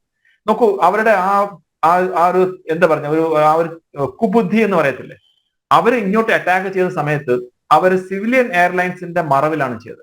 അപ്പൊ അവരെ സംബന്ധിച്ചോളം there are no rules, there is no dharma. അവരെ സംബന്ധിച്ചോളം അവരെന്താണ് ചെയ്യുന്ന, അവരുടെ ആ ടാസ്ക് അല്ലെങ്കിൽ അവർ നമ്മളെ എത്രമാത്രം ഹാം ചെയ്യണം അതിന് മാത്രമേ അവർ ശ്രമിക്കത്തുള്ളൂ. അവർ സിവിലിയൻസിനെ ആണോ ആരാധനയിലാണോ ഒന്നും അവർ നോക്കത്തില്ല. ഇതേപോലെ തന്നെ പുഞ്ചില് അവിടെ ഒരു മുസ്ലിം പള്ളിയിൽ പോലും അവർ ടാർഗറ്റ് ചെയ്തു. ഒരു ക്രിസ്ത്യൻ മിഷണറി സ്കൂൾ, കോൺവെന്റ് സ്കൂളിനെ ടാർഗറ്റ് ചെയ്തു. അപ്പൊ ഇതെല്ലാം കാണിക്കുന്നത് സിസ്റ്റമാറ്റിക് ആയിട്ട് ഭാരതത്തിനുള്ളിൽ ഒരു പ്രശ്നം ഉണ്ടാക്കുക. അത് തന്നെ ആയിരുന്നല്ലോ പെഹൽഗാമിന്റെയും അവരുടെ ലക്ഷ്യം. പെഹൽഗാമിലും ഇതേപോലത്തെ മതത്തിന്റെ പേരിൽ ചെയ്തതിന്റെ ലക്ഷ്യം എന്തായിരുന്നു? നമ്മുടെ ഉള്ളിൽ ഏറ്റവും കൂടുതൽ ആളുകൾ തമ്മിലടിക്കണം. പക്ഷെ അവിടാണ് ഏറ്റവും വലിയൊരു ഫെയിലിയറും ആയത്. നമ്മൾ അങ്ങനെ ഒന്നും നടന്നില്ല. ഇവിടെ എല്ലാവരും ഒരുമിച്ച് തന്നെ നിന്ന് അങ്ങും ഇഞ്ഞും കുറച്ചു പേരെങ്കിലും 1-2 ശബ്ദങ്ങൾ അങ്ങോട്ടും ഇങ്ങോട്ടും അല്ലാതെ മെജോറിറ്റി, അതായത് 99.99% ആളുകളും നമ്മൾ ഒരുമിച്ച് നിന്നു. ഒറ്റക്കെട്ടായിട്ട് സൈന്യത്തിന് കൂടെ നിന്നു. ഒറ്റക്കെട്ടായിട്ട് ഓപ്പറേഷൻ സിന്ദൂറിന്റെ സക്സസിനെ എല്ലാവരുടെയും സക്സസ് ആയിട്ട് കണ്ടു. ആ രീതിയിലുള്ള തിരിച്ചടിയാണ് എനിക്ക് തോന്നുന്നു പാകിസ്ഥാന് ഏറ്റവും വലിയ തിരിച്ചടി. അപ്പൊ തീർച്ചയായിട്ടും സൈനികർ ചെയ്യേണ്ട കാര്യങ്ങൾ സൈനികർ കൃത്യമായിട്ട് ചെയ്തു. നമ്മുടെ ടെക്നോളജിയെ ഇന്ന് ലോകത്ത് മുൻപ് കാണിക്കാൻ പറ്റിയ ഒരു അവസരം കൂടിയായിട്ട് നമ്മൾ ഇത് കണ്ടു. പക്ഷെ ഭാരതത്തിന്റെ ഉള്ളിൽ സാധാരണക്കാരായിട്ടുള്ള ആളുകൾ, രാഷ്ട്രീയക്കാര്, ബാക്കിയുള്ള എല്ലാ മത നേതാക്കന്മാര് എല്ലാവരും ഒരുമിച്ച് നിന്ന് പാകിസ്ഥാന്റെ ഈ ഒരു ഈവിൾ ഡിസൈൻ എന്ന് പറയത്തില്ലേ, അതായത് ഈ ഒരു വളരെ നീചമായിട്ടുള്ള അവരുടെ ഒരു പ്ലാൻസിനെ നമ്മൾ തകർത്ത് എന്ന് തന്നെയാണ് നമുക്ക് ഇപ്പോഴും നമുക്ക് ഉറച്ച് പറയാൻ സാധിക്കുക. അതെ, ശ്രീ റോണി കെ ബേബി, അതുതന്നെയാണ്. ഭാരതം ഒറ്റക്കെട്ടായി നിന്നു എന്നുള്ള അഭിമാനത്തിൽ തന്നെയാണ് നമ്മൾ ഓപ്പറേഷൻ സിന്ദൂറിനെ നോക്കിക്കാണുന്നത്. ആദ്യം മുതൽക്കേ പാകിസ്ഥാൻ്റെ ലക്ഷ്യങ്ങളെല്ലാം തകർക്കുന്നതിന് നമുക്ക് സാധിച്ചു. പക്ഷേ അവിടെയും ഒരു ചെറിയ ശതമാനം വിരുദ്ധ സ്വരങ്ങൾ, വിധ്വംസക സ്വരങ്ങൾ ഭാരതത്തിനകത്തു നിന്നും ഉയർന്നു. പ്രത്യേകിച്ച് നമുക്കറിയാം, പ്രതിപക്ഷ പാർട്ടികൾ, കോൺഗ്രസിൻ്റെ ഭാഗത്തു നിന്ന് തുടക്കം മുതലുള്ള സമീപനം നമ്മൾ കണ്ടതാണ്. നമ്മളത് പല ആവർത്തി ചർച്ച ചെയ്തതുമാണ്. ഏറ്റവും ഒടുവിലായി ലോകരാഷ്ട്രങ്ങൾക്ക് മുൻപിൽ ഓപ്പറേഷൻ സിന്ദൂർ വിശദീകരിക്കുന്നതിനായുള്ള പ്രതിനിധി സംഘത്തിൽ ഉൾപ്പെടുത്തുന്ന പേരുകളിൽ പോലും കോൺഗ്രസ് വച്ചു പുലർത്തിയത് അങ്ങേയറ്റം നീതികേട് നിറഞ്ഞ പ്രവണതയായിരുന്നു. പക്ഷേ അതെല്ലാം നമുക്ക് മാറ്റിവെക്കാം. ഇനി ഒരു പുനർവിചിന്തനത്തിന് കോൺഗ്രസ് തയ്യാറാകേണ്ടുന്ന സാഹചര്യം കൂടിയുണ്ട്. ഈ രാഷ്ട്രീയ പക്വതയില്ലാത്ത ബാലിശമായ വിമർശനങ്ങളൊക്കെ മാറ്റിവെച്ച് ഇനിയുള്ള ദിവസങ്ങളിലെങ്കിലും കോൺഗ്രസ് ഒരു നല്ല പ്രതിപക്ഷമായി രാജ്യത്തിനകത്തു നിൽക്കുന്നതോടൊപ്പം തന്നെ ലോകരാഷ്ട്രങ്ങൾക്ക് മുൻപിൽ ഭാരതത്തെ ചേർത്തു പിടിക്കുന്ന ഒരു പാർട്ടിയാണ് തങ്ങൾ എന്ന് കാണിക്കാനുള്ള ഒരു പക്വത കോൺഗ്രസിന് വേണ്ടേ? അതോ വെറും പാകിസ്ഥാന്റെയോ ചൈനയുടെയോ ഒക്കെ നാവായി മാറുന്ന ദയനീയമായ കാഴ്ച ഇനിയും കാണേണ്ടി വരുമോ? ഏറ്റവും റെസ്പോൺസിബിൾ ആയിട്ടുള്ള, ഉത്തരവാദിത്വ ബോധമുള്ള ഒരു പ്രതിപക്ഷ പാർട്ടി എങ്ങനെയാണോ ഇതുപോലെയുള്ള ഒരു ക്രൈസിസിന്റെ സമയത്ത്, പ്രതിസന്ധിയുടെ സമയത്ത് പെരുമാറേണ്ടത്, അതുപോലെയാണ് ഇന്ത്യൻ നാഷണൽ കോൺഗ്രസ് പെരുമാറിയത് എന്ന് 100% ആത്മാർത്ഥതയോടെ എനിക്ക് ഈ വേദിയിൽ പറയാൻ കഴിയും. ഇവിടെ ഇതുപോലെയുള്ള നരേറ്റീവുകൾ വരുമ്പോൾ, അല്ലെ കോൺഗ്രസ് പ്രതിപക്ഷ ധർമ്മം പാലിച്ചില്ല, കോൺഗ്രസ് രാജ്യവിരുദ്ധ നിലപാടുകൾ സ്വീകരിച്ചു, അല്ലെങ്കിൽ കേന്ദ്ര സർക്കാരിനെ ദുർബലപ്പെടുത്താൻ ശ്രമിച്ചു, ഇതുപോലെയുള്ള നരേറ്റീവുകളൊക്കെ ഇവിടെ വരുമ്പോൾ എനിക്ക് വരുന്ന ഒരു സംശയം, ഇവിടെ കേന്ദ്ര സർക്കാർ യഥാർത്ഥത്തിൽ യുദ്ധം ചെയ്തത് പാകിസ്ഥാനെതിരെയാണോ അതോ കോൺഗ്രസിനെതിരെയാണോ? ഈ പഹൽഗാം ഇൻസിഡന്റ് ഉണ്ടായതിനു ശേഷമുള്ള ഓരോ സംഭവങ്ങളും ഇവിടെ കേന്ദ്ര ഗവൺമെന്റ് വളരെ ബോധപൂർവം, BJP കേന്ദ്രങ്ങള് വളരെ സംഘടിതമായി, വളരെ ബോധപൂർവം അതിന്റെ അകത്ത് കോൺഗ്രസിനെ പഴിചാരാൻ വേണ്ടി, കോൺഗ്രസിനെ കൊണ്ടുവന്ന് കെട്ടുവാൻ വേണ്ടിയിട്ടാണ് ശ്രമിച്ചത്. പാകിസ്ഥാനുമായിട്ടുള്ള സംഘർഷം എന്ന് പറയുന്നത് ആദ്യമായിട്ടുണ്ടാകുന്നതല്ല. ഇതിനു മുമ്പ് എത്രയോ തവണ ഇന്ത്യയും പാകിസ്ഥാനും തമ്മിൽ സംഘർഷമുണ്ടായി. 1971 സംഭവം ഞാൻ ഇവിടെ ചൂണ്ടിക്കാട്ടാം. അന്ന് ബഹുമാനപ്പെട്ട ജനസംഘത്തിന് നേതാവായിരുന്ന, അന്ന് പ്രതിപക്ഷ നേതാവായിരുന്ന അടൽ ബിഹാരി വാജ്പേയിയാണ് ശ്രീമതി ഇന്ദിരാഗാന്ധിയെ വിശേഷിപ്പിച്ചത് രാജ്യത്തിന്റെ അതിർത്തി കാക്കുന്ന ദുർഗാദേവിയാണ് ഇന്ത്യയുടെ പ്രധാനമന്ത്രി എന്ന്. അതായിരുന്നു അന്ന് ഭരണകക്ഷിയും പ്രതിപക്ഷവും തമ്മിലുള്ള ഒരു ഐക്യം എന്ന് പറയുന്നത്. അത്രമാത്രം പ്രതിപക്ഷത്തെ വിശ്വാസത്തിലെടുത്തുകൊണ്ടാണ് അന്ന് ഇന്ത്യ ഭരിച്ച ഗവൺമെന്റ് മുന്നോട്ട് പോയത്.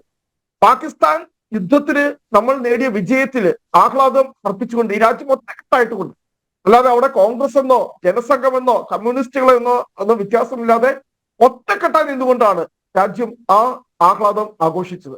പക്ഷെ ഇപ്പോൾ ഇവിടെ BJP എന്താ, അവർ തിരങ്കാ യാത്രയുമായി ഇറങ്ങിയിരിക്കുന്നു, ഏകപക്ഷീയമായി, ആരെയും ഉൾക്കൊള്ളിക്കാതെ. ഇത്ര ഏറ്റവും അവസാനത്തെ ഒരു ഇൻസിഡന്റ് തന്നെ ഞാൻ പറയാം.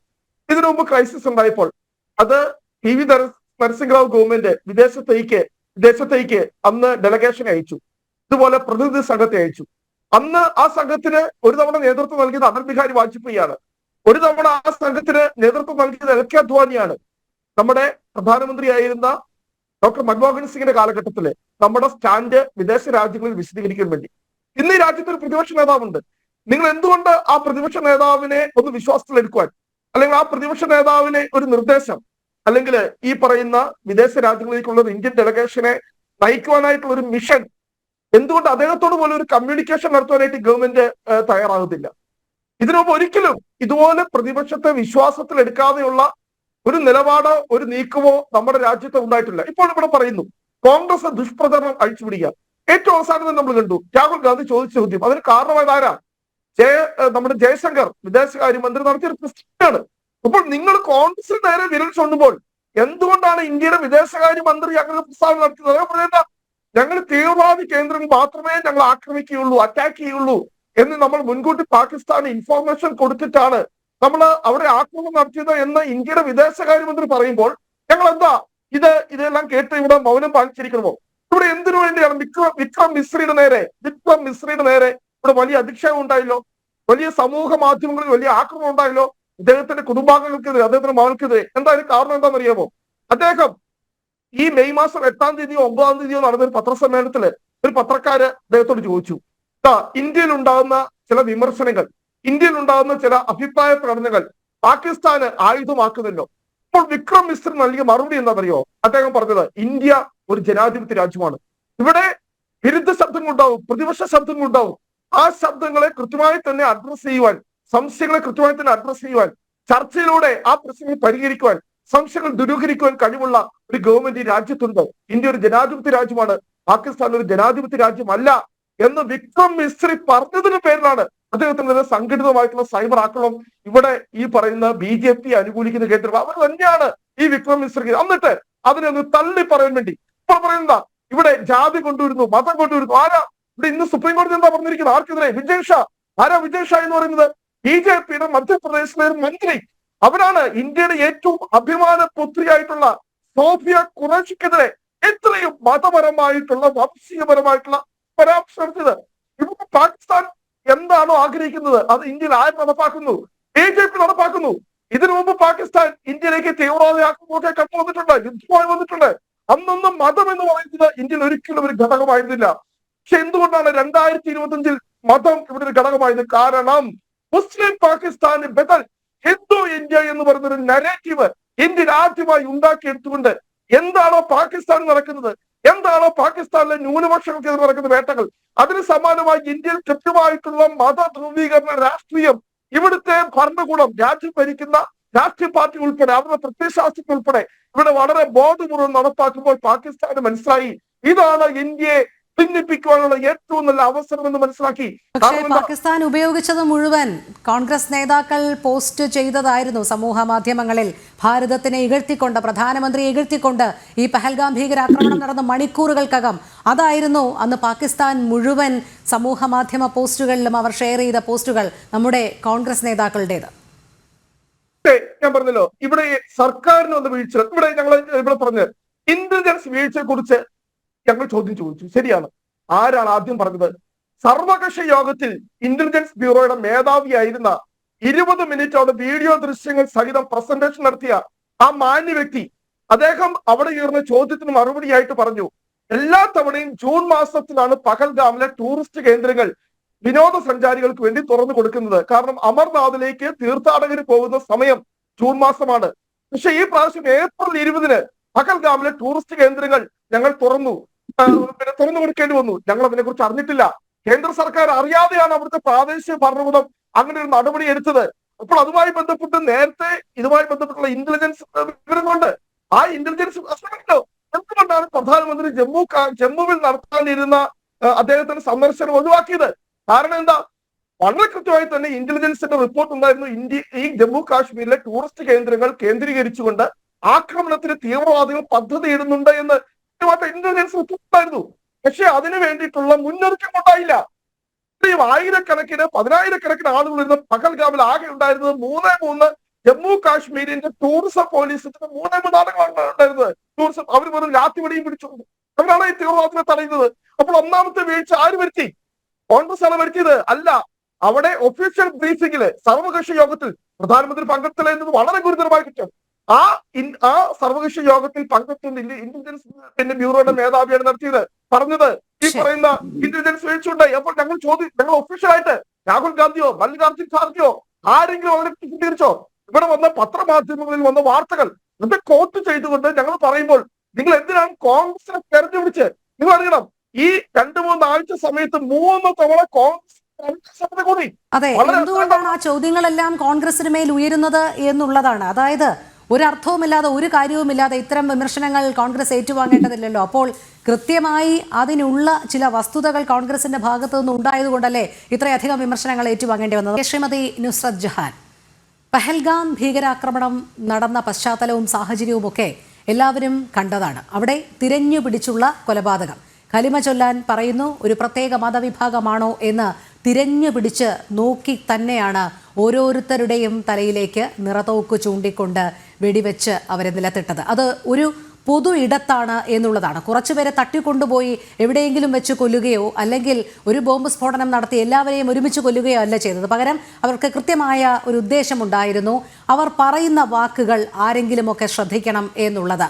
അതിൻ്റെ അടിസ്ഥാനത്തിലാണ് അവർ അത്തരം മതചിഹ്നങ്ങൾ തന്നെ ഉപയോഗിച്ചുകൊണ്ട് കൊല നടത്തിയത്. അതുമാത്രമല്ല, പിന്നീട് അവർ കേന്ദ്രീകരിച്ചത് ആരാധനാലയങ്ങളും ക്ഷേത്രങ്ങളും മാത്രം ആക്രമിക്കുക എന്നുള്ളതായിരുന്നു. ഇവിടെ പാക് ആക്രമണങ്ങൾ എന്തിനെയൊക്കെയാണോ ലക്ഷ്യം വെച്ചത് എന്നുള്ളതിനെ നിശബ്ദമാക്കിക്കൊണ്ട് അതല്ല, ഇവിടെ മതം ചേർത്തത് BJP സർക്കാരാണ് എന്നുള്ള ഒരു വിമർശനമാണ് പ്രതിപക്ഷ പാർട്ടികളുടെ ഭാഗത്തു നിന്നും ഉണ്ടാകുന്നത്. മതം ആദ്യം മുതൽക്കേ ഉണ്ടായിരുന്നല്ലോ, പിന്നീട് എന്തുകൊണ്ടാണ് ഈ തലയരിഞ്ഞിടുമ്പോൾ അവിടെയൊന്നും മതം വരുന്നില്ല, പകരം ആക്രമണവും പ്രത്യാക്രമണവും തിരിച്ചടിയും ഒക്കെ നടത്തുമ്പോൾ അവിടെ മതം കുത്തിത്തിരികിയതാണ് എന്ന് പറയുന്നത്?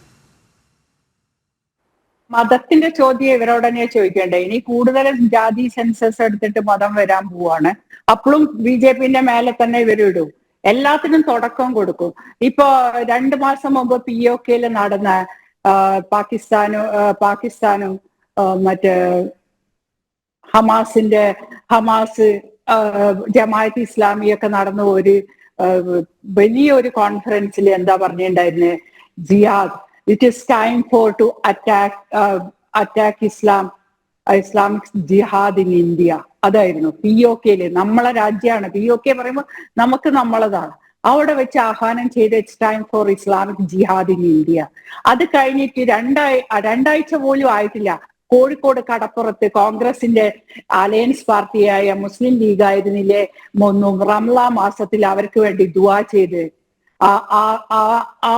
അവിടെ വന്ന അവർക്കും ആ നേതാക്കന്മാർക്കും അവരിലെ മരിച്ചുപോയ ആൾക്കാർക്കും വേണ്ടി ദുആ നടന്നു ഹമാസിന്റെ പേരിൽ. ഹമാസിന് വേണ്ടിയിട്ട് പറയുമ്പോൾ തീവ്രവാദ സംഘത്തിന്റെ തലവന്മാർക്ക് വേണ്ടി കോഴിക്കോട് കടപ്പുറത്ത് നടന്നത് കോൺഗ്രസ് കണ്ടില്ലേ? കോൺഗ്രസിന്റെ ആൾക്കാരും അതിൽ പങ്കെടുത്തു എന്നാണ് എനിക്ക് തോന്നുന്നത്. എനിക്കറിയില്ല. എന്തായാലും അലയൻസ് പാർട്ടി അങ്ങനത്തെ ഒരു ആഹ്വാനം ചെയ്യെങ്കിൽ അത് തീർച്ചയായിട്ടും മതത്തിന്റെ കാര്യം കോൺഗ്രസ് തന്നെ എടുത്ത്. യുദ്ധം തുടങ്ങിയ 2ാമത്തെ ദിവസം കോൺഗ്രസിന്റെ ട്വീറ്റായിരുന്നു, ഡിലീറ്റ് ആക്കി കളഞ്ഞു.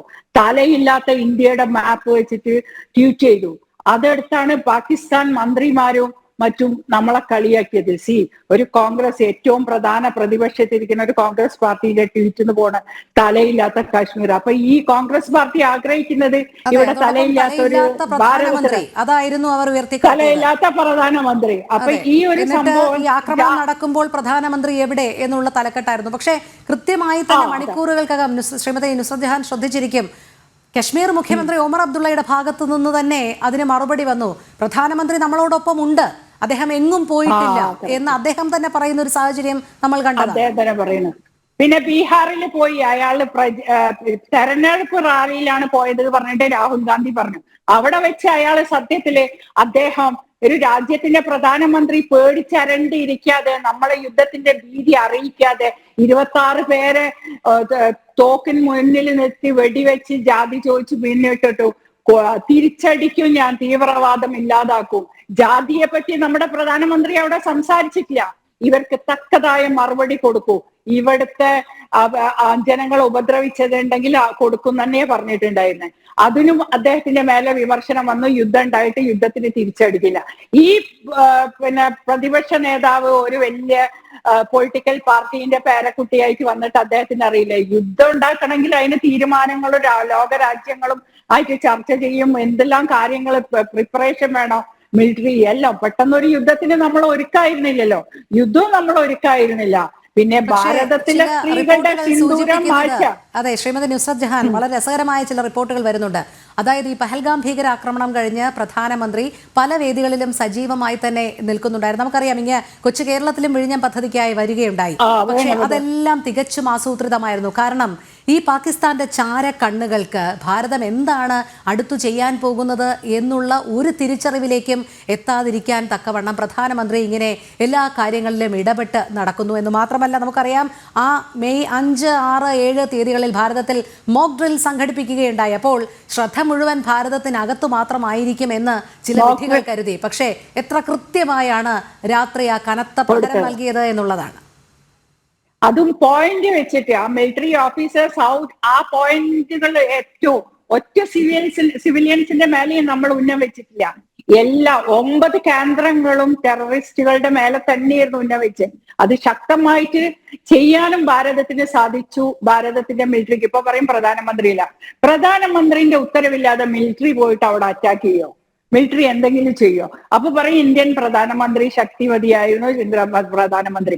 1971 POK ആ സമരം ലാഹോർ വരെ എത്തിയ ഇന്ത്യൻ ഇന്ത്യൻ പട്ടാളക്കാരെ പിടിച്ച് പിന്നെ കേറിയിട്ടും അവരുടെ 9,000 ആൾക്കാരെ ഇവിടെ പിടിച്ചു വെച്ചിട്ടും നമ്മൾ അവിടെ ഒരു അടച്ചിട്ട മുറിയിൽ ഇന്ദിരാഗാന്ധിയും പിന്നെ പാകിസ്ഥാൻ പ്രധാനമന്ത്രിയും തമ്മിൽ ചർച്ച നടത്തി എന്ത് സംഭവിച്ചു, നമ്മളുടെ പിന്നെ പിടിച്ച റെഫ്യൂജികൾക്ക് എന്ത് സംഭവിച്ചു അവിടെ എന്നുള്ളത് പോലും നമുക്ക് അറിയുന്നില്ല. ആ സ്ഥലം അവർക്ക് വിട്ടുകൊടുത്തുകൊണ്ട് അവരുടെ തടവുകാരെ നമ്മൾ വിട്ടയച്ചിരുന്നു. ഇന്ത്യന്റെ തടവുകാർക്ക് എന്ത് പറ്റിയെന്ന് പോലും കറക്റ്റ് ആയിട്ടുള്ള പിക്ചർ തരാൻ അന്ന് പറ്റിയിട്ടില്ല, ഇന്നും പറ്റൂല അത്. പിന്നെ അങ്ങനത്തെ ഒരു കാലം ഇവിടെ ഉണ്ടായിരുന്നു എന്നുള്ളത് രാഹുൽ ഗാന്ധിയും കോൺഗ്രസും മറക്കരുത്.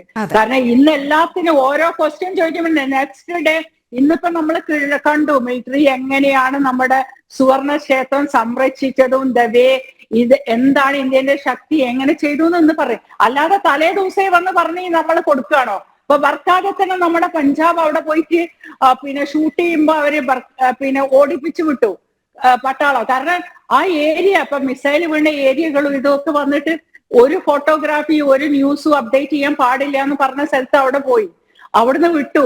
ഇതാ നിങ്ങൾ വീണ്ടും ഇത് ആവർത്തിക്കരുത് എന്ന് പറഞ്ഞിട്ട് അവരോട് പറഞ്ഞു.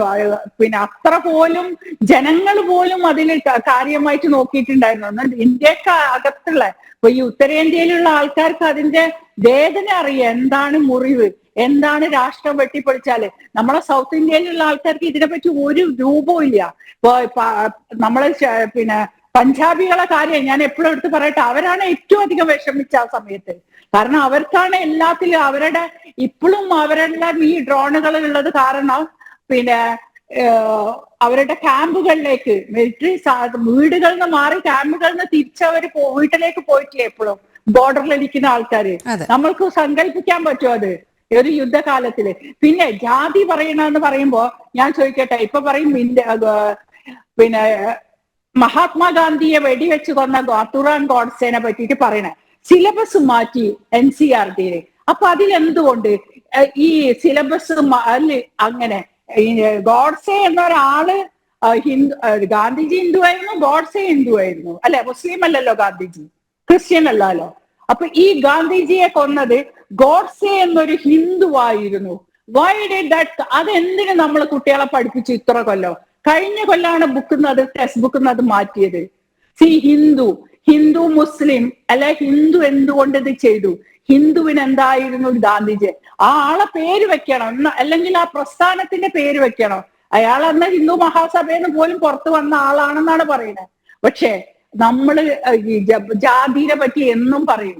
പിന്നെ ഈ പഹൽഗാം ആക്രമണം കഴിഞ്ഞിട്ട് അത് കഴിഞ്ഞ് അതിന്റെ അടുത്ത ദിവസം തന്നെ പിന്നെയും കോൺഗ്രസിന്റെ ഭാഗത്തുനിന്ന് അറ്റാക്ക് ഉണ്ടായത് എന്താണ്? ഇതിന്റെ എണ്ണം പറയില്ല. റാഫേലുകൾ എത്ര മിസ്സായി, മിസൈലുകൾ എത്ര വിട്ടു. ഇതൊക്കെ നമ്മൾ ശത്രു രാജ്യത്തിന് അറിയാൻ ഇങ്ങനെ ഫേസ്ബുക്കിലും സോഷ്യൽ മീഡിയയിലും ലൈവായി ഇപ്പൊ പറഞ്ഞല്ലോ എന്തൊക്കെ അറ്റാക്ക് ചെയ്തു, എന്തൊക്കെ പോയി, എന്തൊക്കെ വന്നു എന്നുള്ളത്. ഇപ്പം മിലിറ്ററി ശരിക്കും വരും. അതിന് പോലും സമയം കൊടുക്കാതെ സംഘികൾ ഉണ്ടാക്കിയ ഒരു പഹൽഗാം മുസ്ലിങ്ങളെ ഹിന്ദുക്കളെയും തല്ലിക്കാൻ വേണ്ടിയാണ് പഹൽഗാം ഉണ്ടാക്കിയത്. പുൽവാമ എന്താണ്?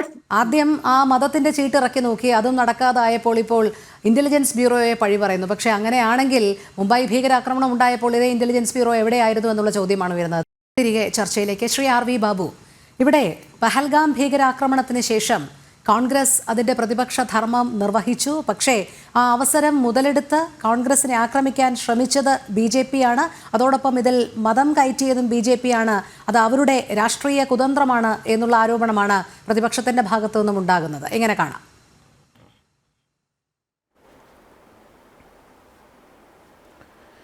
പഹൽഗാമിൽ ആക്രമണം നടത്തിയ സമയത്ത് മതം ചോദിച്ച് കലിമ ചൊല്ലാൻ ആവശ്യപ്പെട്ട് കലിമ ചൊല്ലാൻ കഴിയാത്ത ആളുകൾ ഹിന്ദുക്കളാണ് എന്ന് തിരിച്ചറിഞ്ഞ് അവരെയൊക്കെ കൊലപ്പെടുത്തിയത് മതം അടിസ്ഥാനപ്പെടുത്തിയിട്ടാണ്. അങ്ങനെയുള്ളൊരു കൊലപാതകം കൂട്ടക്കൊല നടന്നപ്പോൾ കോൺഗ്രസിൻ്റെ ഇപ്പോഴത്തെ തലമുറയ്ക്ക് വെച്ച് നോക്കിയാൽ, അല്ലെങ്കിൽ അതിൻ്റെ ഹൈറാർക്കി വെച്ച് നോക്കിയാൽ മൂന്നാമത്തെ ആളെന്നൊക്കെ പറയാൻ വേണമെങ്കിൽ ഇപ്പോൾ സോണിയാഗാന്ധിയെ മാറ്റി നിർത്തിയാൽ രാഹുൽ ഗാന്ധി, പ്രിയങ്ക ഗാന്ധി, റോബർട്ട് വാദ്ര, അതാണല്ലോ ഇപ്പോഴത്തെ അവസ്ഥ. ഈ റോബർട്ട് വാദ്രയുടെ കമൻ്റ് എന്തായിരുന്നു? റോബർട്ട് വാദ്ര എന്താ പറഞ്ഞത്? ഇന്ത്യയിലെ മുസ്ലിങ്ങൾ പീഡിപ്പിക്കപ്പെടുന്നതിൻ്റെ പ്രതികാരമായിട്ടാണ് പഹൽഗാമിൽ മതം ചോദിച്ചുള്ള കൂട്ടക്കൊല നടത്തിയത് ഭീകരന്മാർ എന്ന പ്രസ്താവന നടത്തിയ ആളുടെ പേര് റോബർട്ട് വാദ്ര എന്നാണ്. ആ റോബർട്ട് വാദ്രയെ തള്ളിപ്പറയാൻ കോൺഗ്രസ് തയ്യാറായിട്ടുണ്ടോ? കോൺഗ്രസിന്റെ നേതൃത്വത്തിലുള്ള ആളല്ലേ റോബർട്ട് വാദ്ര? അല്ലെങ്കിൽ കോൺഗ്രസ് കുടുംബത്തിലുള്ള ആളല്ലേ? പ്രിയങ്ക ഗാന്ധിയുടെ ഭർത്താവല്ലേ? തള്ളി പറഞ്ഞോ റോബർട്ട് വാദ്ര പറഞ്ഞത് തെറ്റായിപ്പോയി, അങ്ങനെയല്ല എന്ന് പറയാൻ കോൺഗ്രസിന്റെ ഏതെങ്കിലും നേതാവ് തയ്യാറായോ? പഹൽഗാമിലെ ഈ സംഭവം ഉണ്ടായപ്പോൾ ഉടനെ തന്നെ ഭീകരവാദത്തെ തള്ളിപ്പറയാനും അതിനെ ആക്ഷേപിക്കാനും മതം ചോദിച്ച് നടത്തിയ ഭീകരവാദ ആക്രമണത്തെ അപലപിക്കാനും തയ്യാറാവുന്നതിന് പകരം ഇമ്മീഡിയറ്റ് ആയിട്ട് പഹൽഗാമിലെ സുരക്ഷാ വീഴ്ച എന്നുള്ള രീതിയിൽ ചൂണ്ടിക്കാണിച്ചുകൊണ്ട് ഭീകരവാദികളെ അവർക്ക് അനുകൂലമായ പാകിസ്ഥാന് അനുകൂലമായ നിലപാടെടുത്തുകൊണ്ട് ഈ രാജ്യത്തിനെതിരായ രീതിയിൽ സംസാരിച്ചത് ആരായിരുന്നു? കോൺഗ്രസ് നേതാക്കന്മാരല്ലേ? ഇവിടെ പഹൽഗാമിലെ സുരക്ഷാ വീഴ്ചയെക്കുറിച്ച് അതിൻ്റെ സുരക്ഷാ വീഴ്ച ഉണ്ടാകട്ടെ ഇല്ലാതാകട്ടെ, നമുക്കതിൻ്റെ കാര്യങ്ങളെ അബ്സല്യൂട്ട് തലത്തിലേക്ക് പിന്നെ പോകേണ്ട ഒരു കാര്യമല്ലേ, അത് പിന്നീട് ചർച്ച ചെയ്യപ്പെടേണ്ട ഒരു കാര്യമല്ലേ. മറിച്ച് ഭീകരവാദത്തിനെ ശക്തമായി എതിർക്കുകയും അതിനെതിരായി മുഴുവൻ ജനങ്ങളും അണിനിരക്കണം എന്നും നിരപരാധികളെ കൊന്നൊടുക്കുന്നതിനെതിരായി ശക്തമായി അണിനിരക്കണം എന്നും പറയേണ്ട സമയത്ത് സുരക്ഷാ വീഴ്ച ചൂണ്ടിക്കാട്ടി ഗവൺമെന്റിനെ പ്രതിരോധത്തിലാക്കാൻ ശ്രമിച്ചത് ആരായിരുന്നു? കോൺഗ്രസ് അല്ലേ? യഥാർത്ഥത്തിൽ സുരക്ഷാ വീഴ്ച എല്ലാ ഭീകരാക്രമണവും സുരക്ഷാ വീഴ്ചയാണ്. അത് ടാജ് ആക്രമണമായാലും പാർലമെന്റ് ആക്രമണമായാലും അല്ലെങ്കിൽ നമ്മുടെ ഇന്ത്യയിൽ 2004 മുതൽ 2014 വരെയുള്ള കാലഘട്ടത്തിൽ നടന്ന ഭീകരാക്രമണങ്ങൾ എണ്ണിയാലൊടുങ്ങാത്തതല്ലേ? അതെല്ലാം സുരക്ഷാ വീഴ്ചയാണ്. അതെല്ലാം സുരക്ഷാ വീഴ്ചയല്ലേ? അതല്ല ഈ പഹൽഗാമിൽ മാത്രം ഉണ്ടായതാണോ സുരക്ഷാ വീഴ്ച? അപ്പോൾ സുരക്ഷാ വീഴ്ച ചർച്ച ചെയ്യേണ്ടത് എപ്പോഴാ? അതിനൊരു സമയമുണ്ട്. ഇവിടെ നമുക്കറിയാം പാകിസ്ഥാനിലെ പ്രതിപക്ഷ നേതാവ് ബിട്ടോ ഉണ്ട്, എന്താണ് അദ്ദേഹത്തിന്റെ പേര്, അയാളുടെ പക്വതയെങ്കിലും കാണിക്കാൻ രാഹുൽ ഗാന്ധി തയ്യാറായോ? പാകിസ്ഥാനാണ് എല്ലാവിധ ആക്രമണവും നേരിട്ടത്. പാകിസ്ഥാന്റെ അഭിമാന സ്തംഭങ്ങൾ തകർക്കപ്പെട്ടു, ലാഹോർ ആക്രമിക്കപ്പെട്ടു, റാവൽപിണ്ടി ആക്രമിക്കപ്പെട്ടു, അങ്ങനെ പാകിസ്ഥാനിലെ പ്രധാനപ്പെട്ട സ്ഥലങ്ങൾ ആക്രമിക്കപ്പെട്ടു, അവരുടെ ആണവ കേന്ദ്രം ആക്രമിക്കപ്പെട്ടു, അവർ പോറ്റി വളർത്തിയ ഭീകര കേന്ദ്രങ്ങൾ തച്ചു തകർക്കപ്പെട്ടു. പക്ഷേ പാകിസ്ഥാനിലെ പ്രതിപക്ഷ നേതാവ് ഒരക്ഷരം പാകിസ്ഥാൻ പ്രധാനമന്ത്രിക്കെതിരെ പറഞ്ഞില്ല. മറിച്ച് ഇന്ത്യയിലെ പ്രതിപക്ഷ നേതാവിന്റെ നിലപാട് ഇത്രയും നിരുത്തരവാദപരമായി പെരുമാറുന്ന ഒരു പ്രതിപക്ഷ നേതാവിനെ നമുക്ക് ചരിത്രത്തിൽ എവിടെയും കാണാൻ സാധിക്കില്ല. റോണി മനസ്സിലാക്കേണ്ടത് 1971 ശ്രീമതി ഇന്ദിരാഗാന്ധിയെ ദുർഗ എന്ന് വിശേഷിപ്പിച്ചത് രാജ്യം നേടിയ വിജയത്തിന്റെ അടിസ്ഥാനത്തിലാണ്. ഇന്ദിരാഗാന്ധിയാണോ യുദ്ധം ചെയ്തത്? അല്ല, സൈന്യമാണ് യുദ്ധം ചെയ്തത്. ഇന്ദിരാഗാന്ധി പറഞ്ഞ സമയത്താണോ യുദ്ധം ചെയ്തത്? അല്ല, സൈന്യം തീരുമാനിച്ച സമയത്താണ് യുദ്ധം ചെയ്തത്. യുദ്ധത്തിൽ പങ്കെടുത്തതും യുദ്ധത്തിൽ ബലിദാനികളായതും ഒക്കെ ഇന്ത്യൻ സൈനികരാ. പക്ഷേ അടൽ ബിഹാരി വാജ്പേയി അഭിനന്ദിച്ചു, സൈന്യത്തെ അഭിനന്ദിച്ചതോടൊപ്പം ആരെ അഭിനന്ദിച്ചു? ഇന്ദിരാഗാന്ധിയെ അഭിനന്ദിച്ചു. ഇവിടെ ചരിത്രത്തിൽ സമാനതകളില്ലാത്ത, ഒരുപക്ഷെ 1971 ശേഷം എന്ന് വേണമെങ്കിൽ പറയാം, സമാനതകളില്ലാത്ത രീതിയിൽ ഭീകരവാദത്തിന് മറുപടിയായിട്ട് പാകിസ്ഥാന്റെ മണ്ണിൽ കടന്നു ചെന്നുകൊണ്ട് സൈന്യം ലോകത്തെ മുഴുവൻ അത്ഭുതപ്പെടുത്തിക്കൊണ്ട്, അമേരിക്കയെയും ചൈനയെയും അടക്കമുള്ള വൻ ശക്തികളെ അത്ഭുതപ്പെടുത്തിക്കൊണ്ട് പാകിസ്ഥാന്റെ മണ്ണിൽ കടന്നു ചെന്ന് അവരൊരു ന്യൂക്ലിയർ, 1971 പാകിസ്ഥാൻ ന്യൂക്ലിയർ ശക്തിയല്ല, പക്ഷെ ഇപ്പോൾ പാകിസ്ഥാൻ ന്യൂക്ലിയർ ശക്തിയാണ്. 1971 പോലെ എളുപ്പമല്ല ഇപ്പോൾ പാകിസ്ഥാൻ ഒരു ആണവ രാഷ്ട്രത്തെ മറ്റൊരു രാഷ്ട്രം ഇതേ രീതിയിൽ ആക്രമിച്ച ചരിത്രമില്ല, ഒരു ചരിത്രമില്ല. നമുക്ക് ആണവ രാജ്യങ്ങളുടെ എണ്ണം വളരെ ചെറുതാ, വളരെ കുറച്ചേ ഉള്ളൂ. ഒരു ആണവ ശക്തിയുള്ള രാജ്യത്തിനെ കടന്നു ചെന്ന് ആക്രമിച്ച ചരിത്രം നമുക്ക് ചരിത്രത്തിൽ കാണാൻ സാധ്യമല്ല. പക്ഷേ ഇവിടെ പാകിസ്ഥാന്റെ കയ്യിൽ ആണവായുധമുണ്ട് എന്ന് അറിഞ്ഞിട്ട് കൂടി പാകിസ്ഥാനെ കടന്നു ചെന്ന് ആക്രമിച്ച അവരുടെ ആണവ ശക്തിയെ നിർവീര്യമാക്കുന്ന തരത്തിൽ ആക്രമിക്കാൻ കരുത്ത് കാണിച്ച സൈന്യം ഇവിടെ രാഹുൽ ഗാന്ധി പ്രധാനമന്ത്രി അഭിനന്ദിച്ചോ? ദുർഗയോട് ഉപമിച്ചു എന്ന് പറയുന്നു ശ്രീമതി ഇന്ദിരാഗാന്ധിയെ. എന്തേ രാഹുൽ ഗാന്ധി പ്രധാനമന്ത്രി നരേന്ദ്രമോദിയെ ശ്രീകൃഷ്ണനോട് ഉപമിച്ചോ? അല്ലെങ്കിൽ ശ്രീരാമനോട് ഉപമിച്ചോ? ഇല്ലല്ലോ. മറിച്ച് രാജ്യത്തെ ദുർബലപ്പെടുത്തുന്ന നിലപാടുകളാണ് സ്വീകരിച്ചത്. സുരക്ഷാ വീഴ്ചയെ കുറിച്ച് പറഞ്ഞു, വെടിനിർത്തലിനെ കുറിച്ച് പറഞ്ഞ സമയത്ത് എന്താ ഉണ്ടായത്? വെടിനിർത്തലില് അമേരിക്കൻ പ്രസിഡന്റ് പറഞ്ഞതിനെ വിശ്വസിച്ചുകൊണ്ട് അല്ലെങ്കിൽ അത് ഏറ്റുപിടിച്ചുകൊണ്ട് ഈ വെടിനിർത്തലിന്റെ പിന്നിലുള്ള ചരിത്രം എന്താണ്, അതായിരുന്നു അന്വേഷിക്കല്. ഒടുവിൽ അമേരിക്കൻ പ്രസിഡന്റ് തന്നെ മലക്കം മറിഞ്ഞു. ഇപ്പൊ എന്തായി? ഇപ്പൊ അതിനെക്കുറിച്ച് പറയുന്നുണ്ടോ? അതിനെക്കുറിച്ച് പറയാൻ ഇവർക്ക് നാവ് പൊന്തുവോ? നാണം കെട്ട പ്രചരണം. വൈദേശികര് അല്ലെങ്കിൽ വിദേശ പത്രങ്ങള്, വിദേശ മാധ്യമങ്ങള്, ഇന്ത്യ വിരുദ്ധ പ്രചരണം നടത്തുന്ന മാധ്യമങ്ങള് പറയുന്നത് മുഴുവൻ അപ്പാടെ വിഴുങ്ങി അത് ഛർദ്ദിച്ചുകൊണ്ട് ഈ രാജ്യത്തെ ദുർബലപ്പെടുത്തുന്ന നിലപാടുകൾ കോൺഗ്രസിന്റെ നേതാക്കന്മാർ സ്വീകരിച്ചുകൊണ്ടേയിരുന്നു. ഇപ്പോ ജയശങ്കർ നടത്തിയ അഭിപ്രായ പ്രകടനത്തെ ഉദ്ധരിച്ചുകൊണ്ട് രാഹുൽ ഗാന്ധി ചോദിക്കുകയാണ്, നമുക്ക് എത്ര വിമാനം നഷ്ടപ്പെട്ടു എന്ന് കേൾക്കുമ്പോൾ, ഒരു 10 വിമാനം നഷ്ടപ്പെട്ടു എന്ന് കേൾക്കുമ്പോൾ രാഹുൽ ഗാന്ധിക്ക് സന്തോഷം വരുമോ? രാഹുൽ ഗാന്ധിക്ക് സന്തോഷമുണ്ടോ? എനിക്ക് മനസ്സിലാവാൻ വേണ്ടി ചോദിക്കുക. ഒരു യുദ്ധസമയത്ത് എന്ത് നിലപാടെടുക്കണം, എന്ത് പറയണം, എങ്ങനെ പെരുമാറണം എന്നുള്ളതിനെ കുറിച്ച് ലെവലേശം ബോധമില്ലാത്ത ഒരു പ്രതിപക്ഷ നേതാവ് എന്നുള്ളത് നമുക്ക് അപമാനകരമാണ്, നമുക്ക് രാജ്യത്തിന് അപമാനകരമാണ്. എന്തായിരുന്നു സത്യത്തിൽ ജയശങ്കർ പറഞ്ഞത് മെയ് മാസം 7-ാം തീയതി പാകിസ്ഥാനിലെ ഭീകര കേന്ദ്രങ്ങൾ ആക്രമിച്ചതിന് ശേഷം മെയ് 7-ന് പുലർച്ചെ 1-നും 1:30-നും ഇടയിൽ പാകിസ്ഥാനിലെയും പാകിസ്ഥാൻ അധിനിവേശ കാശ്മീരിലെയും 9 ഭീകര കേന്ദ്രങ്ങളിൽ ഇന്ത്യൻ സായുധ സേന ആക്രമണം നടത്തിയതിനു ശേഷം director general of military operations lieutenant general Rajiv Ghai Pakistan counter major general Kashif അബ്ദുള്ളയ്ക്ക് നടത്തിയ ഫോൺ സംഭാഷണത്തെ പരാമർശിച്ചുകൊണ്ടാണ് ജയശങ്കർ അങ്ങനെ ഒരു പരാമർശം നടത്തിയത്. ജയശങ്കർ അല്ല വിളിച്ചു പറഞ്ഞത്. നമ്മുടെ DGMO പാകിസ്ഥാനിലെ കൗണ്ടർ പാർട്ടിനോട് പറഞ്ഞു, ഞങ്ങൾ ഇങ്ങനെ ആക്രമണം നടത്തിയിട്ടുണ്ട്, നിങ്ങൾക്ക് ഓപ്ഷൻ ഉണ്ട്, കാരണം മിലിറ്ററി കേന്ദ്രങ്ങളെ ഞങ്ങൾ ആക്രമിച്ചിട്ടില്ല, ഞങ്ങൾ പാകിസ്ഥാനിലെ ഭീകര കേന്ദ്രങ്ങളാണ് ആക്രമിച്ചിട്ടുള്ളത്, നിങ്ങൾക്ക് ഓപ്ഷൻസ് ഉണ്ട്. ഇത് പറയുന്നത് സാമാന്യ മര്യാദയും യുക്തിയുമാണ് യുദ്ധകാലത്ത്. അതുകൊണ്ടാണ് ബർഖാദത്തിനെ പോലുള്ള കോൺഗ്രസിന്റെ വേണ്ടി ഓശാന പാടുന്ന പത്രപ്രവർത്തക പോലും പറയേണ്ടി വന്നത് it is A shocking news. Rahul ഗാന്ധിയെ പോലുള്ള ഒരാള് കോൺഗ്രസ് ഇത്രമാത്രം അധപ്പതിക്കുന്ന തരത്തിൽ ഒരു വാർ ടൈമിൽ എന്ത് പറയണം, എങ്ങനെ പെരുമാറണം എന്ന് ലെവലേശം ബോധമില്ലാതെ പെരുമാറുന്ന ഒരു പ്രതിപക്ഷം, ഇത് നമുക്ക് ലോകത്ത് വേറെ എവിടെയും കാണാൻ സാധ്യമല്ല. ഇന്ത്യയിലെ ഈ കോൺഗ്രസ്, അതുകൊണ്ടാണ് ശരത് പവാറിനെ കണ്ടുപഠിക്കണം, പാർലമെന്റ് സമ്മേളനം വിളിക്കണം. ഇപ്പൊ പാർലമെന്റ് സമ്മേളനം വിളിച്ചിട്ട് എന്ത് പറയാനാണ്? എന്താണ് പാർലമെന്റിലെ ബോധിപ്പിക്കാനുള്ളത്? പാർലമെന്റ് സമ്മേളനം വിളിക്കേണ്ട ഒരു സമയമുണ്ട്, ആ സമയത്ത് വിളിക്കണം. ഇപ്പോൾ യുദ്ധത്തിന്റെ നിർണായക ഘട്ടത്തിൽ നിൽക്കുമ്പോൾ പാർലമെന്റ് സമ്മേളനം വിളിച്ച് എന്ത് മറുപടി പറയാനാണ്? അതുകൊണ്ടാണ് ശരത് പവാർ ഇവരുടെ ഇന്ത്യ സഖ്യത്തിലെ പ്രധാന ഘടകകക്ഷിയായ ശരത് പവാർ പറഞ്ഞത് പാർലമെന്റ് സമ്മേളനം വിളിക്കേണ്ട കാര്യമില്ല എന്ന്. പഠിക്കണം, ആ ശരത് പവാറിന്റെ കാൽക്കലിരുന്ന് പോയി പഠിക്കണം. രാഹുൽ ഗാന്ധിയെ പോലുള്ള ആളുകൾ എങ്ങനെയാണ് ഒരു പ്രതിപക്ഷം പെരുമാറേണ്ടത് എന്നുള്ളത് ശരത് പവാറിനെ പോലുള്ള ആളുകൾ പഠിപ്പിച്ചു തരും. അത് തന്നെയല്ലേ ഇന്റർനാഷണൽ സംഘത്തെ നിശ്ചയിച്ച സമയത്ത് കോൺഗ്രസ് എടുക്കുന്ന നിലപാട്.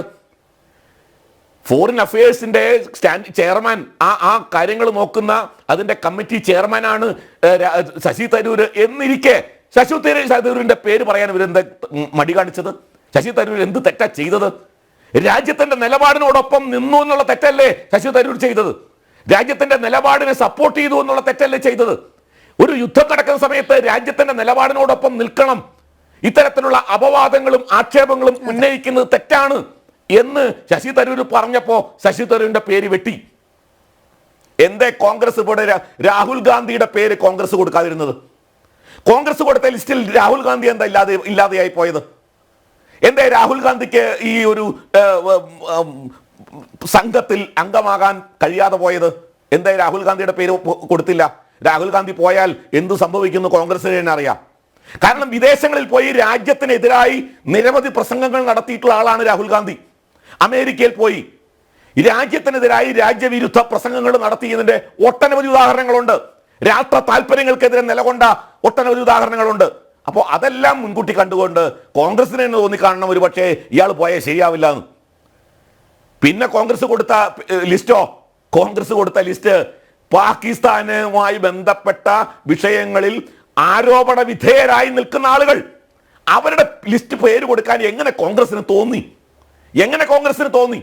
അപ്പൊ ഇതെല്ലാം നമുക്ക് കാണാൻ സാധിക്കുന്നത് കോൺഗ്രസ് സ്വീകരിച്ചു കൊണ്ടിരിക്കുന്ന രാഷ്ട്രീയപരമായ ഇരട്ടത്താപ്പ്, രാജ്യവിരുദ്ധമായ നിലപാട്. തുടക്കം മുതൽ ഈ കാര്യത്തിൽ 10 വോട്ടിന് വേണ്ടി അല്ലെങ്കിൽ അധികാരം നഷ്ടപ്പെട്ടതിന്റെ നിരാശ കോൺഗ്രസിനെയും കോൺഗ്രസ് നേതൃത്വത്തെയും അവരെ ഒരു തരത്തിൽ രാജ്യവിരുദ്ധരാക്കി മാറ്റിയിരിക്കുന്നു. അധികാരം 10 ദിവസം അധികാരത്തിൽ നിന്ന് മാറ്റി നിർന്നപ്പോഴേക്കും അവരെ തീർത്തും നിരാശരാക്കി രാജ്യവിരുദ്ധ പക്ഷത്തോടൊപ്പം നിലനിൽക്കുന്ന ഒരു സാഹചര്യത്തിലേക്ക് കോൺഗ്രസ് എത്തപ്പെട്ടിരിക്കുന്നു എന്നുള്ളതാണ് ഈ കാര്യങ്ങളിൽ നിന്നൊക്കെ നമുക്ക് മനസ്സിലാക്കാൻ കഴിയുന്നത്. രേണുക. അതെ, ശ്രീ ഡിന്നി, ഇവിടെ ഇത്തരത്തിലൊരു ഭീകരാക്രമണം ഉണ്ടാകുമ്പോൾ അത് ഇന്റലിജൻസിന്റെ പരാജയമാണ് എന്നുള്ള തൊടുന്യായങ്ങൾ ആദ്യം മുതൽക്കേ തന്നെ നമ്മൾ കേട്ടതാണ്. പക്ഷേ ഇപ്പോൾ ഏറ്റവും ഒടുവിലായി പറയുന്നത് അവിടെ പ്രധാനമന്ത്രിയുടെ സന്ദർശനം ഉണ്ടായിരുന്നു, അതുപോലും മാറ്റിവെക്കപ്പെട്ടു. കാരണം ഇന്റലിജൻസ് ബ്യൂറോയുടെ ഒരു മുന്നറിയിപ്പിനെ തുടർന്നായിരുന്നു. പക്ഷേ പതിവിന് വിപരീതമായി ഏപ്രിൽ മാസത്തിൽ തന്നെ ഈ വിനോദസഞ്ചാര കേന്ദ്രം തുറന്നതും സുരക്ഷാ ക്രമീകരണങ്ങൾ ഒരുക്കാത്തതുമൊക്കെയാണ് ഇത്ര വലിയ ഒരു ഭീകരാക്രമണത്തിലേക്ക് നയിച്ചത് എന്നുള്ളതാണ്. താങ്കൾക്ക് ഈ മേഖലയിൽ നിൽക്കുന്നത് കൊണ്ട് തന്നെ കൃത്യമായി അറിയാം നമ്മുടെ പ്രതിരോധ സംവിധാനങ്ങൾ എങ്ങനെയാണ് പ്രവർത്തിക്കുന്നത് എന്നുള്ളത്. ഇത്തരം കാര്യങ്ങളിലേക്കൊക്കെ നയിക്കത്തക്കവണ്ണം ഉള്ള ഒരു തീരുമാനം എടുക്കുന്നത് ആരാണ്, അല്ലെങ്കിൽ അത് എങ്ങനെയാണ് നേരത്തെ തന്നെ മുൻകൂട്ടി അറിയുന്നതും അത് തടയിടുന്നതുമൊക്കെ? നോക്കൂ, ഇതിനകത്ത് നമ്മൾ മനസ്സിലാക്കേണ്ട ഒരു കാര്യം എന്ന് വെച്ച് കഴിഞ്ഞാൽ, കശ്മീരിനെ സംബന്ധിച്ചോളം ഈ ആദ്യമായിട്ടല്ല ഒരു ഇന്റലിജൻസ് കിട്ടുന്നതോ അല്ലെങ്കിൽ ആദ്യമായിട്ടല്ല ഒരു ഇങ്ങനത്തെ ഒരു അറ്റാക്ക് നടക്കുന്നത്. യെസ്, ഈ ഒരു റേഞ്ച് ഇത്രയും എന്താ പറയുക അധികം ആളുകളെ മതം നോക്കി ചെയ്യുന്നത് തീർച്ചയായിട്ടും ആദ്യമായിട്ടാണ്. പക്ഷെ കശ്മീരിൽ ഭീകരവാദം ഉള്ള ഒരു സ്ഥലമാണ്. കശ്മീർ പാകിസ്ഥാനുമായിട്ട് ചേർന്ന് കിടക്കുന്ന ഒരു സ്ഥലമാണ്. പാകിസ്ഥാൻ ഒക്യുപ്പൈഡ് കശ്മീരിലൂടെ ഭീകരവാദം കഴിഞ്ഞ 30 വർഷത്തിന് മുകളിലായിട്ട് അവർ തള്ളിവിട്ട് നമ്മൾ ചെയ്യുന്ന ഒരു സ്ഥലമാണത്. ആ സ്ഥലത്ത് നമ്മുടെ പ്രദേശത്താണ് അത് നടന്നുകൊണ്ടിരിക്കുന്നത്. അപ്പം കശ്മീരിനെ കുറിച്ച് അറിയാവുന്നവരും കശ്മീരിൽ ഓപ്പറേറ്റ് ചെയ്തവർക്കും കൃത്യമായിട്ട് അറിയാം ഇതൊരു ഇന്റലിജൻസ് ഫെയിലിയർ ആണോ അല്ലേ എന്നുള്ളത്. ഏതൊരു ഓപ്പറേഷൻ, ഏതൊരു കാര്യം ഇങ്ങനെ നടന്നിട്ടുണ്ടെങ്കിൽ അതൊരു ഇന്റലിജൻസ് ഫെയിലിയർ തന്നെയാണ്. ഇനി ഇതിന് മുൻപ് നടന്നിട്ടുണ്ടോ? നടന്നിട്ടുണ്ട്. ഇനി നടക്കുമോ? ഇനി നടക്കും. കാരണം എന്താണ് പറയുന്നത്? കാരണം 100% ഇന്റലിജൻസ് സെക്യൂർ ചെയ്യാൻ ഒരു രാജ്യത്തിനും പറ്റത്തില്ല. ഒരു ഹ്യൂമൻലി ഇമ്പോസിബിൾ ആണ്. ഇപ്പം ഇത്രയും വലിയ രാജ്യമായിട്ട് അമേരിക്കയിൽ സെപ്റ്റംബർ 11 അവിടെ നടന്നില്ലേ? എത്ര എയർക്രാഫ്റ്റ് ആണ് അവർ സ്ട്രൈക്ക് ചെയ്തത്? ഇസ്രായേൽ നോക്കൂ, ഒരു സെക്യൂരിറ്റി സ്റ്റേറ്റ് അവിടെ നടന്നില്ലേ? ഏതൊരു രാജ്യത്തിലും 100% നമുക്ക് തടയാൻ സാധിക്കില്ല. കാരണം നമ്മൾ 100 പ്രാവശ്യം ഒരു സൈനികർ അല്ലെങ്കിൽ ആ സെക്യൂരിറ്റി ഏജൻസി സക്സസ്ഫുൾ ആയാലും ഭീകരവാദികൾക്ക് ഒരൊറ്റ പ്രാവശ്യം മാത്രം അവർക്ക് സക്സസ്ഫുൾ ആയാൽ മതി. ഈ 100 പ്രാവശ്യം ചെയ്യുന്ന ആരും കാണത്തില്ല, ആരും പറയത്തില്ല. പക്ഷെ അവർ ഒരെണ്ണം ചെയ്തു കഴിഞ്ഞാൽ അവർ തീർച്ചയായിട്ടും അവർ സക്സസ്ഫുൾ ആണ്. സെക്യൂരിറ്റി ഫോഴ്സസിന്റെ എയിം എന്താണ്? 101 ഏത് പ്രാവശ്യമായാലും സക്സസ്ഫുൾ ആവാമെന്നുള്ള ശ്രമം തന്നെയാണ്. അതിനുവേണ്ടിയാണ് രാത്രി പകലും ഒക്കെ അവർ ചെയ്യുന്നത്. പക്ഷെ തീർച്ചയായിട്ടും അത് ഹ്യൂമൻലി പോസിബിൾ അല്ല. അപ്പൊ അതേപോലുള്ള വീഴ്ചകൾ ഉണ്ടായിട്ടുണ്ടെങ്കിൽ തീർച്ചയായിട്ടും അതിന് പഠിക്കാനുള്ള സിസ്റ്റം ഉണ്ട്. അതിൽ നിന്ന് പാഠങ്ങൾ എടുക്കാനും അത് ഇനി ചെയ്യരുത് എന്നുള്ള രീതിയിലേക്ക് വരാനുള്ള സിസ്റ്റം ഇൻ പ്ലേസ് ആണ്. അതുകൊണ്ടാണ് നമ്മൾ ഇതിനെയൊക്കെ ലെവലിൽ ഇത്രയും നമ്മൾ ആ ലെവലിൽ നമുക്ക് ഹാൻഡിൽ ചെയ്യാൻ പറ്റുന്ന ആ ലെവലിൽ നമ്മൾ കണ്ടെയ്ൻ ചെയ്ത് നിൽക്കുന്നത്. സീറോ ആക്കാൻ ഒരിക്കലും സാധിക്കത്തില്ല. അതിന് ആരെന്ത് പറഞ്ഞാലും ശരി, ഭീകരവാദത്തിനെ കംപ്ലീറ്റ് ആയിട്ട് സീറോ ആക്കാൻ പറ്റത്തില്ല. അതിനെ നമുക്ക് കണ്ടെയ്ൻ ചെയ്യാതെ പറ്റത്തുള്ളൂ. കാരണം പാകിസ്ഥാൻ എന്ന് പറയുന്ന സ്ഥലത്ത് ഭീകരവാദം പ്രൊഡ്യൂസ് ചെയ്തുകൊണ്ടിരിക്കുന്ന ഒരു രാജ്യത്ത് നിന്ന് അവർക്ക് ഒരിക്കലും അതിനൊരു ഷോർട്ടേജ് ഇല്ല. അവരെ നമുക്ക് കണ്ടെയ്ൻ ചെയ്യാൻ പറ്റും. അല്ലെങ്കിൽ പിന്നെ പാകിസ്ഥാൻ എന്നുള്ള രാജ്യം നാളെ ഇല്ലാതായെങ്കിൽ തന്നെയും അവർ ചെറിയ ചെറിയ രാജ്യത്തിൽ നിന്നാലും ഈ ഒരു ഭീകരവാദം അവിടെയും ചിലപ്പം കാണും. അതുകൊണ്ട് നമുക്ക് ഒരിക്കലും നമുക്ക് അതൊരു ആശയമാണ്. ആ ആശയം എപ്പോഴും നിലനിൽക്കുന്നു, അത് അവർക്കാണ്. ഇനി രണ്ടാമത്തെ കാര്യം, പ്രൈം മിനിസ്റ്റർ പോയിട്ട് അവിടെ ക്യാൻസൽ ചെയ്തു, അതുകൊണ്ട് മറ്റുള്ള കാര്യങ്ങളൊന്നും അവിടെ അറിയിച്ചില്ല. അത് തെറ്റാണ്. പ്രൈം മിനിസ്റ്റർ പോയിരുന്നു. പ്രൈം മിനിസ്റ്റർ എവിടെയാണ് പോയത്? പ്രൈം മിനിസ്റ്റർ പോയത് ജമ്മുവിലാണ്, ശ്രീനഗറിലല്ല. പഹൽഗാമും ജമ്മുവും തമ്മിലുള്ള ഡിസ്റ്റൻസ് എത്രയാണെന്ന് നമുക്കറിയാം. കട്രയിലാണ് അദ്ദേഹം പോയത്. കട്രയിൽ നിന്നിട്ടാണ് അദ്ദേഹം ഉധംപൂർ ബാരാമുള്ള വന്ദേ ഭാരത് ഫ്ലാഗ് ഓഫ് ചെയ്തിട്ടുള്ളത്. അവിടെ അന്ന് വെതർ നല്ലതല്ല, നല്ല കാലാവസ്ഥ മോശമാണെന്നുള്ള റിപ്പോർട്ട് വന്നിരുന്നു. അതിന്റെ അടിസ്ഥാനത്തിലാണ് അദ്ദേഹം അത് ക്യാൻസൽ ചെയ്ത് പോയത്. അല്ലാതെ അവിടുത്തെ ഈ പെഹൽഗാമിന്റെ റിപ്പോർട്ട് കിട്ടിയത്, പെഹൽഗാമും കട്രയും തമ്മിൽ 100 കണക്കിന് കിലോമീറ്ററിന് അല്ലെങ്കിൽ അതിന് ടോട്ടലി ഡിഫറെന്റ് 2 ഏരിയ ആണ്. അപ്പൊ അതിൽ ഇതും തമ്മിൽ യാതൊരു ബന്ധവുമില്ല. പിന്നെ അദ്ദേഹം വേറെ കുറച്ച് കാര്യങ്ങൾ പറഞ്ഞു. അതായത് എന്താ പറഞ്ഞ വിക്രം മിസ്രിയെ കുറിച്ചൊക്കെ പറഞ്ഞതും കേണൽ സോഫിയ ഖുറേഷിയെ കുറിച്ച് പറഞ്ഞതൊക്കെ നമ്മൾ ഓരോരുത്തരും അവലോകിക്കുന്നുണ്ട്. അതൊന്നും അങ്ങനെ ഒരിക്കലും പറയാൻ പാടില്ല. അത് തെറ്റാണെന്നുള്ളതിനകത്ത് യാതൊരു സംശയമില്ല. പക്ഷെ അതെന്താണ് അത് ഏതെങ്കിലും പാർട്ടിയോ അല്ലെങ്കിൽ ആരെങ്കിലും ചെയ്തിട്ടില്ല. അത് ഒരു സോഷ്യൽ മീഡിയയുടെ നേച്ചറാണ്. ഇന്നിപ്പോ യുദ്ധം വേണോന്ന് പറഞ്ഞ് കുറെ പേര് നടക്കുന്നുണ്ട്. എന്തുകൊണ്ട് പാകിസ്ഥാൻ ഒക്യുപ്പൈഡ് കശ്മീർ പിടിച്ചില്ല എന്ന് പറഞ്ഞ് കുറെ പേര് നടക്കുന്നുണ്ട്. കുറെ പേര് നമ്മൾ ഇനിയും പാകിസ്ഥാനെ ന്യൂക്ലിയർ ബോംബിട്ട് തകർത്തൂടെ എന്ന് ചോദിക്കുന്നത്. അപ്പൊ ഇതെല്ലാം സോഷ്യൽ മീഡിയയുടെ ഒരു പ്രോബ്ലമാണ്. ആ സോഷ്യൽ മീഡിയയുടെ രീതി അല്ല ഭാരത സർക്കാരും ഭാരതത്തിന്റെ പൊതുവികാരം നിൽക്കുന്നത്. അത് അതിൻ്റെതായിട്ടുള്ള ഒരു കൾച്ചർ ഉണ്ട്. ആ കൾച്ചറിന്റെ ബേസിലാണ് നമ്മൾ നിൽക്കുന്നത്. അപ്പൊ അതുകൊണ്ട് സോഷ്യൽ മീഡിയ നടക്കുന്ന എന്തെങ്കിലും നമ്മളെ ഭാരതത്തിന്റെ സ്വഭാവമാണ്, അല്ലെങ്കിൽ ഗവൺമെന്റിന്റെ സ്വഭാവമാണ്, അല്ലെങ്കിൽ ഏതെങ്കിലും പാർട്ടിയുടെ സ്വഭാവം എന്ന് പറയുന്നത് അത് തെറ്റാണ്, അത് ശരിയല്ല. പിന്നെ ജയശങ്കർ പറഞ്ഞതും അത് ബഹുമാനപ്പെട്ട പ്രൊഫസർ റോണി അതിനെ തെറ്റായ രീതിയിലാണ് അവതരിപ്പിച്ചത്. ശ്രീ ആർ വി ബാബു അതിനെക്കുറിച്ച് പറഞ്ഞു. ഈ ഓപ്പറേഷൻ നടക്കുമ്പോൾ എപ്പോഴും ഉള്ള ഒരു സിസ്റ്റം എന്ന് വെച്ചാൽ 2 DGMO ഉണ്ട്. നമ്മുടെ director general of military operations, പാകിസ്ഥാന്റെ director general of military operation. അവിടെ ഒരു ഹോട്ട് ലൈൻ ഉണ്ട്. ആ ഹോട്ട് ലൈൻ 24 മണിക്കൂറും പ്രവർത്തിക്കുന്നതാണ്, 365 ദിവസവും പ്രവർത്തിക്കുന്നതാണ്. എന്തെങ്കിലും പ്രശ്നങ്ങൾ ഇങ്ങനെ ഉണ്ടെങ്കിൽ ഇമ്മീഡിയറ്റ് ആയിട്ട് ഫസ്റ്റ് തിങ് ചെയ്യുന്നത് വെച്ചാൽ ഹോട്ട് ലൈനോട് അതായത് അവർ ബന്ധപ്പെടും എന്താണ് സംഭവിച്ചതെന്ന് പറയാൻ വേണ്ടി. കാരണം 2 ന്യൂക്ലിയർ വെപ്പൺ രാജ്യങ്ങൾ അറിയാതെ പോലും അവർ നമ്മൾ വിചാരിക്കാത്ത രീതിയിൽ പോലും എന്തെങ്കിലും തെറ്റായിട്ടുള്ള ഒരു നിഗമനത്തിൽ എത്തുകയും അതിലൂടെ വേറെ ഒരു എസ്കലേഷനിൽ പോയി ന്യൂക്ലിയർ ഒന്നും ഉപയോഗിക്കേണ്ട എന്നുള്ള ഒരു രീതി കൊണ്ടാണ് ഈ ഹോട്ട് ലൈൻ വെച്ചേക്കുന്നത്. നോക്കൂ, ഒരു വർഷം മുമ്പ്, ഒരു 1.5 വർഷം മുമ്പ് ഭാരതം ട്രെയിനിങ് ചെയ്തുകൊണ്ടിരുന്ന സമയത്ത് ഒരു മിസൈൽ ഇവിടുന്ന് ഫയറായി, അതായത് ബൈ മിസ്റ്റേക്ക് ഫയറായി നേരെ പാകിസ്ഥാനിൽ പോയി വീണു.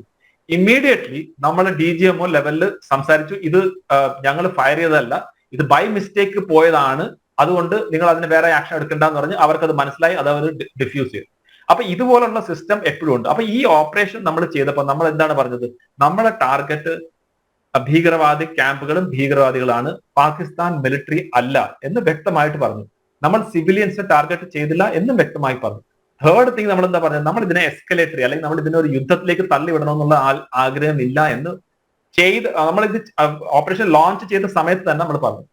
ഇതിന്റെ ഭാഗമായിട്ടാണ് ആ ഓപ്പറേഷൻ ചെയ്തിട്ട് നമ്മുടെ DGMO അവിടെ വിളിച്ച് പറയാണ്, ഞങ്ങൾ ലോഞ്ച് ചെയ്തിട്ടുണ്ട് ഓപ്പറേഷൻ, അത് ഭീകരവാദത്തിന് അഗേൻസ്റ്റ് ആണ്, അത് സൈനികർ അഗേൻസ്റ്റ് അല്ല എന്ന് കൃത്യമായിട്ട് പറഞ്ഞു. അതിന്റെ ഉത്തരമായിട്ട് DGMO പാകിസ്ഥാൻ പറഞ്ഞു, ഇത് ഞങ്ങൾ തിരിച്ചടിച്ചിട്ട് മാത്രമേ ഞങ്ങൾ അടങ്ങുമെന്ന്. അതായത് അവർ പറഞ്ഞു ഞങ്ങൾ തിരിച്ചടിക്കുമെന്ന്. എന്നിട്ടാണ് നമ്മൾ വെയിറ്റ് ചെയ്തിരുന്നത്. അതുകൊണ്ട് ജയശങ്കർ പറഞ്ഞത് വളരെ at the start of the operation എന്നാണ്. അപ്പൊ at the start of the ഓപ്പറേഷനും ബിഫോർ ദി ഓപ്പറേഷൻ തമ്മിൽ വ്യത്യാസം ഉണ്ടെന്ന് പ്രൊഫസർ റോണിക്ക് എന്തായാലും അറിയാമല്ലോ. At the start of operation എന്ന് പറയുന്ന കാരണം എന്താണ്? ഇപ്പോഴും operation Sindoor is in progress. Operation Sindoor കഴിഞ്ഞിട്ടില്ല. At the start of the operations we had inform them. Correct ആണ്, നമ്മളെ ഫസ്റ്റ് വേവ് അടിച്ച സമയത്ത് നമ്മൾ ഇൻഫോം ചെയ്തു. അത് കഴിഞ്ഞിട്ട് പിന്നീട് സെക്കൻഡ് ഫേസ്, തേർഡ് ഫേസ്, എത്ര ഫേസുകൾ പോയി. അപ്പൊ അതും എനിക്ക് തോന്നുന്നു ശരിയായിട്ടുള്ള ഒരു രീതിയല്ല, അതിനെ വളച്ചൊടുക്കുകയാണ്. ഞാൻ ഒരൊറ്റ ചോദ്യം പ്രൊഫസർ റോണി എടുത്ത് ചോദിക്കുകയാണ്.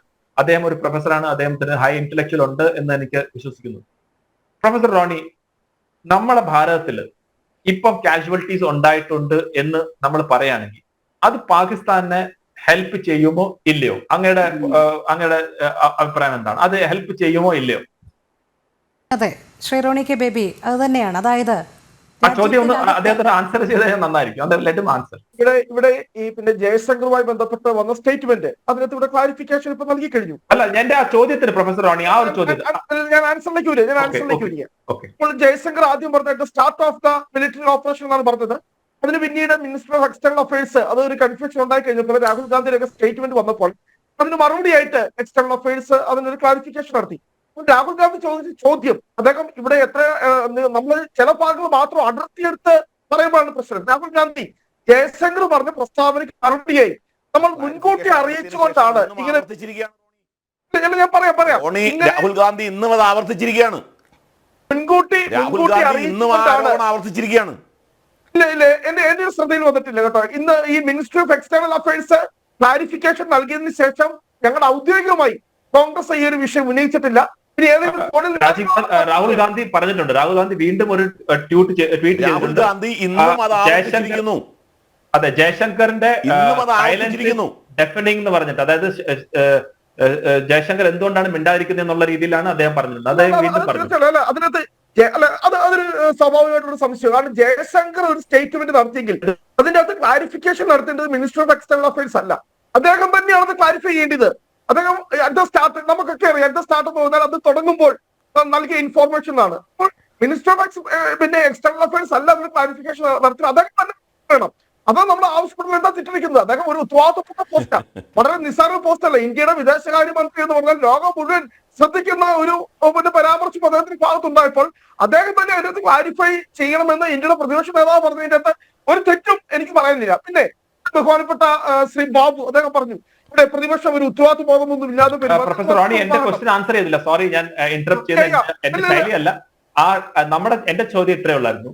നമ്മൾ ഇപ്പോ നമ്മൾ എത്ര ലോസസ് വന്നു, ഏതൊക്കെ അസറ്റ്സ് ലോസ് വന്നു, അത് പാകിസ്ഥാന് ഉപയോഗം ചെയ്യുമോ ഇല്ലയോ? ഇതാണ് എന്റെ സിമ്പിൾ ചോദ്യം. പ്രൊഫസർ ഞാൻ അത് വളരെ കൃത്യമായിട്ട് തന്നെ ഞാൻ മറുപടി പറയാം.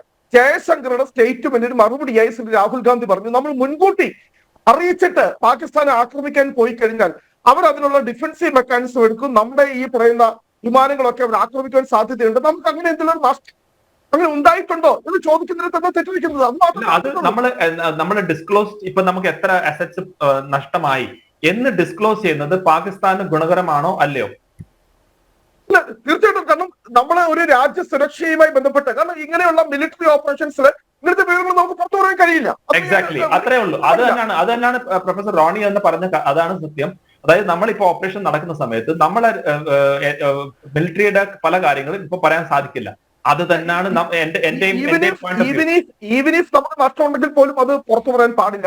Absolutely. അത് തന്നെയാണ് വെരി ഗുഡ്. അറ്റ്ലീസ്റ്റ് ഞാൻ അതിനെ പ്രൊഫസർ റോണിയുടെ ഓണസ്റ്റിയെ സത്യത്തിന്റെ രാഹുൽ ഗാന്ധി പറഞ്ഞ ആ കോണ്ടെക്സ്റ്റ് ആണ് ഞാനിവിടെ വിശദീകരിച്ചത്. രാഹുൽ ഗാന്ധി പറഞ്ഞൊരു കോണ്ടെക്സ്റ്റ് ഇനി ഞാൻ കൂടുതൽ പുഷ് ചെയ്യുന്നില്ല, ബിക്കോസ് എനിക്കറിയാം അങ്ങേക്ക് അത് ഡിഫെൻഡ് ചെയ്യാൻ പറ്റില്ല. പക്ഷെ ഇത്രയും തന്നെയാണ് എനിക്ക് മനസ്സിലായി.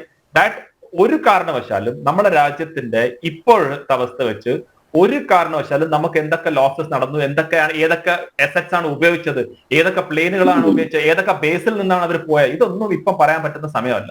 ഇത് തന്നെയാണ് തോന്നുന്നത്. എനിക്കൊന്ന് 100% ആയിട്ടുള്ള രാജ്യസ്നേഹികളായിട്ടുള്ള എല്ലാവരും ഇത് തന്നെയാണ് ആഗ്രഹിക്കുന്നത്. പ്രൊഫസർ റോണി തന്നെയാണ് പറഞ്ഞത്. അതെ, തീർച്ചയായും. കാരണം നമ്മുടെ സൈന്യത്തിലുള്ള വിശ്വാസം, സർക്കാരിലുള്ള വിശ്വാസം, അതാണ് നമ്മെ ഓരോ ദിവസവും സുരക്ഷിത ബോധത്തിൽ കൊണ്ടുചെന്ന് എത്തിക്കുന്നത് എന്നുള്ളത് തന്നെയാണ്. അപ്പോൾ ഭാരതത്തോടൊപ്പം ചേർന്ന് നിൽക്കുക, നമ്മുടെ സൈന്യത്തിന് ആത്മവിശ്വാസം നൽകുക, ആ സൈന്യത്തിന് പിൻബലമേകുന്ന സർക്കാരിന്മേൽ വിശ്വസിക്കുക എന്നുള്ളത് തന്നെയാണ്. തിരികെ ചർച്ചയിലേക്ക് ശ്രീ ആർ വി ബാബു, പാകിസ്ഥാന്റെ എല്ലാ ആക്രമണങ്ങളെയും നമ്മൾ തച്ചുടയ്ക്കുന്ന കാഴ്ച തന്നെയാണ് കണ്ടത്. അവരുടെ ആഭ്യന്തര കലഹം ഉണ്ടാക്കാനുള്ള ശ്രമത്തെ നമ്മൾ അതേ നാണയത്തിൽ തന്നെ മറുപടി നൽകി കഴിഞ്ഞു. അത് കഴിഞ്ഞ് ഉണ്ടായ ഏറ്റവും വലിയ ഒരു സംഭവ വികാസം എന്ന് പറയുന്നത് രാജ്യത്തിനുള്ളിൽ നിന്ന് ഉയർന്ന ശബ്ദങ്ങളെ തിരിച്ചറിയാൻ കഴിഞ്ഞു എന്നുള്ളതാണ്. അത് പാകിസ്ഥാനെ സഹായിക്കുന്ന ചാരന്മാരുടെ ഭാഗത്തു നിന്നായാലും, അതല്ല ഭാരതത്തിനെതിരെ ശബ്ദമുയർത്തുന്ന രാഷ്ട്രീയ പാർട്ടികളുടെ ഭാഗത്തു നിന്നായാലും. എന്തായാലും ഇപ്പോൾ നിലവിൽ ഭാരത സർക്കാർ സ്വീകരിച്ചിരിക്കുന്നൊരു നയമുണ്ട്. തുടക്കത്തിൽ സ്വീകരിച്ച നയതന്ത്ര തലം മുതൽ രാജ്യത്തിനകത്തു നിന്നുള്ള ശബ്ദങ്ങളെ കൂടി അടിച്ചൊതുക്കാനുള്ള അവരുടെ തന്ത്രം. അങ്ങനെ തന്ത്രവും നയതന്ത്രവുമായി ഒരു ശുദ്ധി കലശത്തിനുള്ള തയ്യാറെടുപ്പിൽ തന്നെയാണോ ഇപ്പോൾ ഈ ഓപ്പറേഷൻ സിന്ദൂറിലൂടെ തുടക്കം കുറിച്ചിരിക്കുന്നത്? കാരണം ഓപ്പറേഷൻ സിന്ദൂർ അവസാനിച്ചിട്ടില്ല എന്നുള്ളത് തന്നെയാണ് ഓരോ പ്രാവശ്യവും പറയുന്നത്. അത് നമ്മൾ ഇന്ന് അവസാനമായി കണ്ടത് പോർച്ചുഗലിൽ അവരുടെ ആൾക്കാർ, പാകിസ്ഥാനികൾ നമ്മുടെ ഇന്ത്യൻ എംബസിക്ക് മുന്നിൽ പതാക ഉയർത്തിക്കൊണ്ട് നമുക്ക് പ്രതികൂലമായ മുദ്രാവാക്യം വിളിക്കുകയും പാകിസ്ഥാൻ അനുകൂലമായ മുദ്രാവാക്യം വിളിക്കുകയും ചെയ്ത് പ്രതിഷേധവുമായി അവിടെ എത്തിയപ്പോൾ നമ്മളൊരൊറ്റ ബാനർ മാത്രമേ അവിടെ വലിച്ചു കെട്ടിയുള്ളൂ, ഓപ്പറേഷൻ സിന്ദൂർ അവസാനിച്ചിട്ടില്ല എന്നുള്ളത്. ആ ഒരൊറ്റ വാക്കിൽ അവിടെ പ്രതിഷേധം അവസാനിപ്പിച്ച് അവർ മടങ്ങുന്ന വളരെ കൗതുകകരമായ കാഴ്ച ഇന്ന് നമ്മൾ കണ്ടതാണ്. അതുകൊണ്ട് രാജ്യത്തിൻ്റെ അതിർത്തിയിലും രാജ്യത്തിനകത്തും ഒരു ശുദ്ധി കലശം തന്നെയല്ലേ ഇതോടുകൂടി ഉണ്ടാകാൻ പോകുക?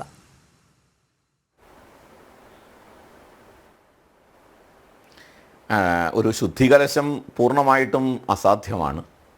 എല്ലാ കാലത്തും ഇതേപോലെ രാജ്യത്തിൻ്റെ നിർണായക ഘട്ടങ്ങളിൽ രാജ്യത്തിനെതിരെ പ്രവർത്തിക്കുന്നവരും ഞാൻ നേരത്തെ സൂചിപ്പിച്ച പോലെ സ്വാർത്ഥ താല്പര്യങ്ങൾ, മത താല്പര്യങ്ങൾ ഒക്കെ വെച്ച് ചിന്തിക്കുന്ന ആൾക്കാർ അവർ രാജ്യത്തിനെതിരായി ഒറ്റുകൊടുക്കുന്ന സമീപനം ഇനിയും ഉണ്ടായേക്കാം. പക്ഷേ അത് കണ്ടെത്തി അത്തരം ആളുകളെ നിയമത്തിൻ്റെ മുന്നിൽ കൊണ്ടുവരികയും രാജ്യദ്രോഹികളെ തിരിച്ചറിയുകയും അവരേത് മതത്തിൽപ്പെട്ടവരായാലും അവരാരായാലും ശരി, ഏത് വിഭാഗത്തിൽപ്പെട്ടവരായാലും ശരി, അവരെയൊക്കെ നിയമത്തിൻ്റെ മുന്നിൽ കൊണ്ടുവരേണ്ടത് ആവശ്യമാണ്. അത് വളരെ ശക്തമായിട്ട് ഇപ്പോൾ നടന്നുകൊണ്ടിരിക്കുന്നു എന്നുള്ളത് വളരെ സ്വാഗതാർഹമാണ്. അതങ്ങനെ തന്നെ വേണം. അവിടെ ഒരു തരത്തിലുള്ള രാഷ്ട്രീയം നോക്കാൻ പാടില്ല, മതം നോക്കാൻ പാടില്ല, മറ്റ് ലിംഗഭേദങ്ങളൊന്നും നോക്കാൻ പാടില്ല. ശക്തമായിട്ട് രാജ്യത്തിന് എതിരായി രാജ്യത്തെ ഒറ്റുകൊടുത്ത ആളുകളെ നിയമത്തിൻ്റെ മുന്നിൽ കൊണ്ടുവരികയും കടുത്ത ശിക്ഷ അവർക്ക് നൽകുകയും തന്നെ വേണം. ഇവിടെ ഈ സംഭവം യഥാർത്ഥത്തിൽ പാകിസ്ഥാന് എതിരായിട്ട് നടത്തിയിട്ടുള്ള ഈ പഹൽഗാമിന് തിരിച്ചടിയായിട്ട് ഇന്ത്യ നടത്തിയിട്ടുള്ള ഈ പ്രത്യാക്രമണം ലോകത്തിന് മുമ്പിൽ ഭാരതത്തിൻ്റെ സൽപ്പേര് അത് ഇന്ന് വാനോളം ഉയർത്തിയിരിക്കുന്നു എന്നുള്ള കാര്യത്തിൽ യാതൊരു സംശയമില്ല. ലോകം മുഴുവൻ ഇന്ന് ആദരവോടെ ഭാരതത്തെ കാണുകയാണ്. ലോകം ഭാരതത്തെ ആദരവോടെ കാണുന്നത് ഭാരതത്തിൻ്റെ പ്രത്യയശാസ്ത്രപരമായ മഹത്വം കണ്ടുകൊണ്ടോ അല്ലെങ്കിൽ സർവേ ഭവന്തു സുഖിന സർവേ സന്തു നിരാമയ എന്നൊക്കെ പറയില്ലേ, അല്ലെങ്കിൽ ലോക സമസ്ത സുഖിനോ ഭവന്തു. അതുകൊണ്ടല്ല ഇപ്പോൾ ഞാൻ ഇപ്പോഴത്തെ സാഹചര്യം പറയുന്നത്. ഇപ്പോൾ ലോകം ഭാരതത്തെ ആദരവോടെ കാണുന്നത് പാകിസ്ഥാനെ പോലെ ആണവശക്തിയായ ഒരു രാജ്യത്ത് കടന്നു കയറി ആക്രമിക്കാൻ ചങ്കൂറ്റമുള്ള ഒരു ഭരണകൂടവും അതിനൊരു തക്ക ശേഷിയുള്ള ഒരു സൈനിക ശേഷിയും കൈവരിച്ച ഒരു രാഷ്ട്രമാണ് ഭാരതം. ഇനി ഭാരതത്തെ ആർക്കും തടുക്കാനാവില്ല, ഭാരതത്തെ ആർക്കും എതിർക്കാനാവില്ല, ഭാരതത്തെ ആർക്കും അവഗണിക്കാനാവില്ല. ഈ ഒരു ഭാരതത്തിൻ്റെ ശബ്ദം അത് ഇനി ലോകം മുഴുവൻ ഉറക്കെ കേൾപ്പിക്കാൻ തക്ക രീതിയിൽ അതിൻ്റെ ശക്തി ഉയർന്നു കഴിഞ്ഞു എന്നുള്ള തിരിച്ചറിവ് ലോകത്തെ എല്ലാ രാജ്യങ്ങൾക്കും വന്നു കഴിഞ്ഞിരിക്കുന്നു ഈ ഒരു സംഭവത്തോടെ. അതുകൊണ്ട് നയതന്ത്രപരമായ രീതിയിൽ ലോകത്തെ മുഴുവൻ നമ്മുടെ കൂടെ നിർത്താൻ കഴിഞ്ഞത്, രാജ്യത്തെ മുഴുവൻ ജനങ്ങളെയും ഒറ്റക്കെട്ടായി നിർത്താൻ കഴിഞ്ഞത്, സൈന്യത്തിനെ പൂർണ്ണ വിശ്വാസത്തിലെടുത്ത് സൈന്യത്തിന് പൂർണ്ണ സ്വാതന്ത്ര്യം നൽകിക്കൊണ്ട് എടുത്ത ആ നിലപാട്, ഇതെല്ലാം ഭാരതത്തിൻ്റെ സത്പേര് ഇന്ന് ലോകത്ത് വാനോളം ഉയർത്തിയിരിക്കുന്നു. ഭാരതീയൻ എന്ന നിലയ്ക്ക് അഭിമാനത്തോടെ നെഞ്ചുയർത്തി തല ഉയർത്തി പിടിച്ച് ഞാനൊരു ഭാരതീയനാണെന്ന് പറയാൻ കഴിയുന്ന സാഹചര്യം ഇന്ന് നമ്മുടെ ഭാരതത്തിൽ ഉണ്ടായിരിക്കുന്നു എന്നുള്ളത് നമുക്ക് ഏവർക്കും സന്തോഷകരമാണ് എന്നാണ് ഈ അവസരത്തിൽ സൂചിപ്പിക്കാനുള്ളത്. അതെ, തീർച്ചയായും ഓപ്പറേഷൻ സിന്ദൂറിലൂടെ ഭാരതം ലോകത്തിന് നൽകിയ സന്ദേശവും അതുതന്നെയാണ്. അതായത് തങ്ങളുടെ നിലപാട്, ഭീകരവാദത്തിനെതിരായ നിലപാട്, അതിൽ ഒരു മാറ്റവുമില്ല എന്നു മാത്രമല്ല ഭാരതത്തിൻ്റെ മണ്ണിൽ കടന്നു വന്ന് ഏതാക്രമണം നടത്തിയാലും അതിന് ശക്തമായ തിരിച്ചടി നൽകും എന്നുള്ളത് അത് ഉറച്ച സ്വരത്തിൽ ലോകരാഷ്ട്രങ്ങൾക്ക് മുൻപിൽ ഉയർത്തിക്കാട്ടിക്കൊണ്ട് തന്നെയാണ് ഭാരതം ഓരോ ദിവസവും മുന്നോട്ട് പോകുന്നത്. അതിന് ആരുടെയും മധ്യസ്ഥത വേണ്ട എന്നുള്ളതും ഭാരതം വ്യക്തമാക്കി കഴിഞ്ഞു. ചർച്ചയിൽ പങ്കെടുത്ത എല്ലാ അതിഥികൾക്കും നന്ദി. ഒപ്പം പ്രേക്ഷകർക്കും നമസ്തേ.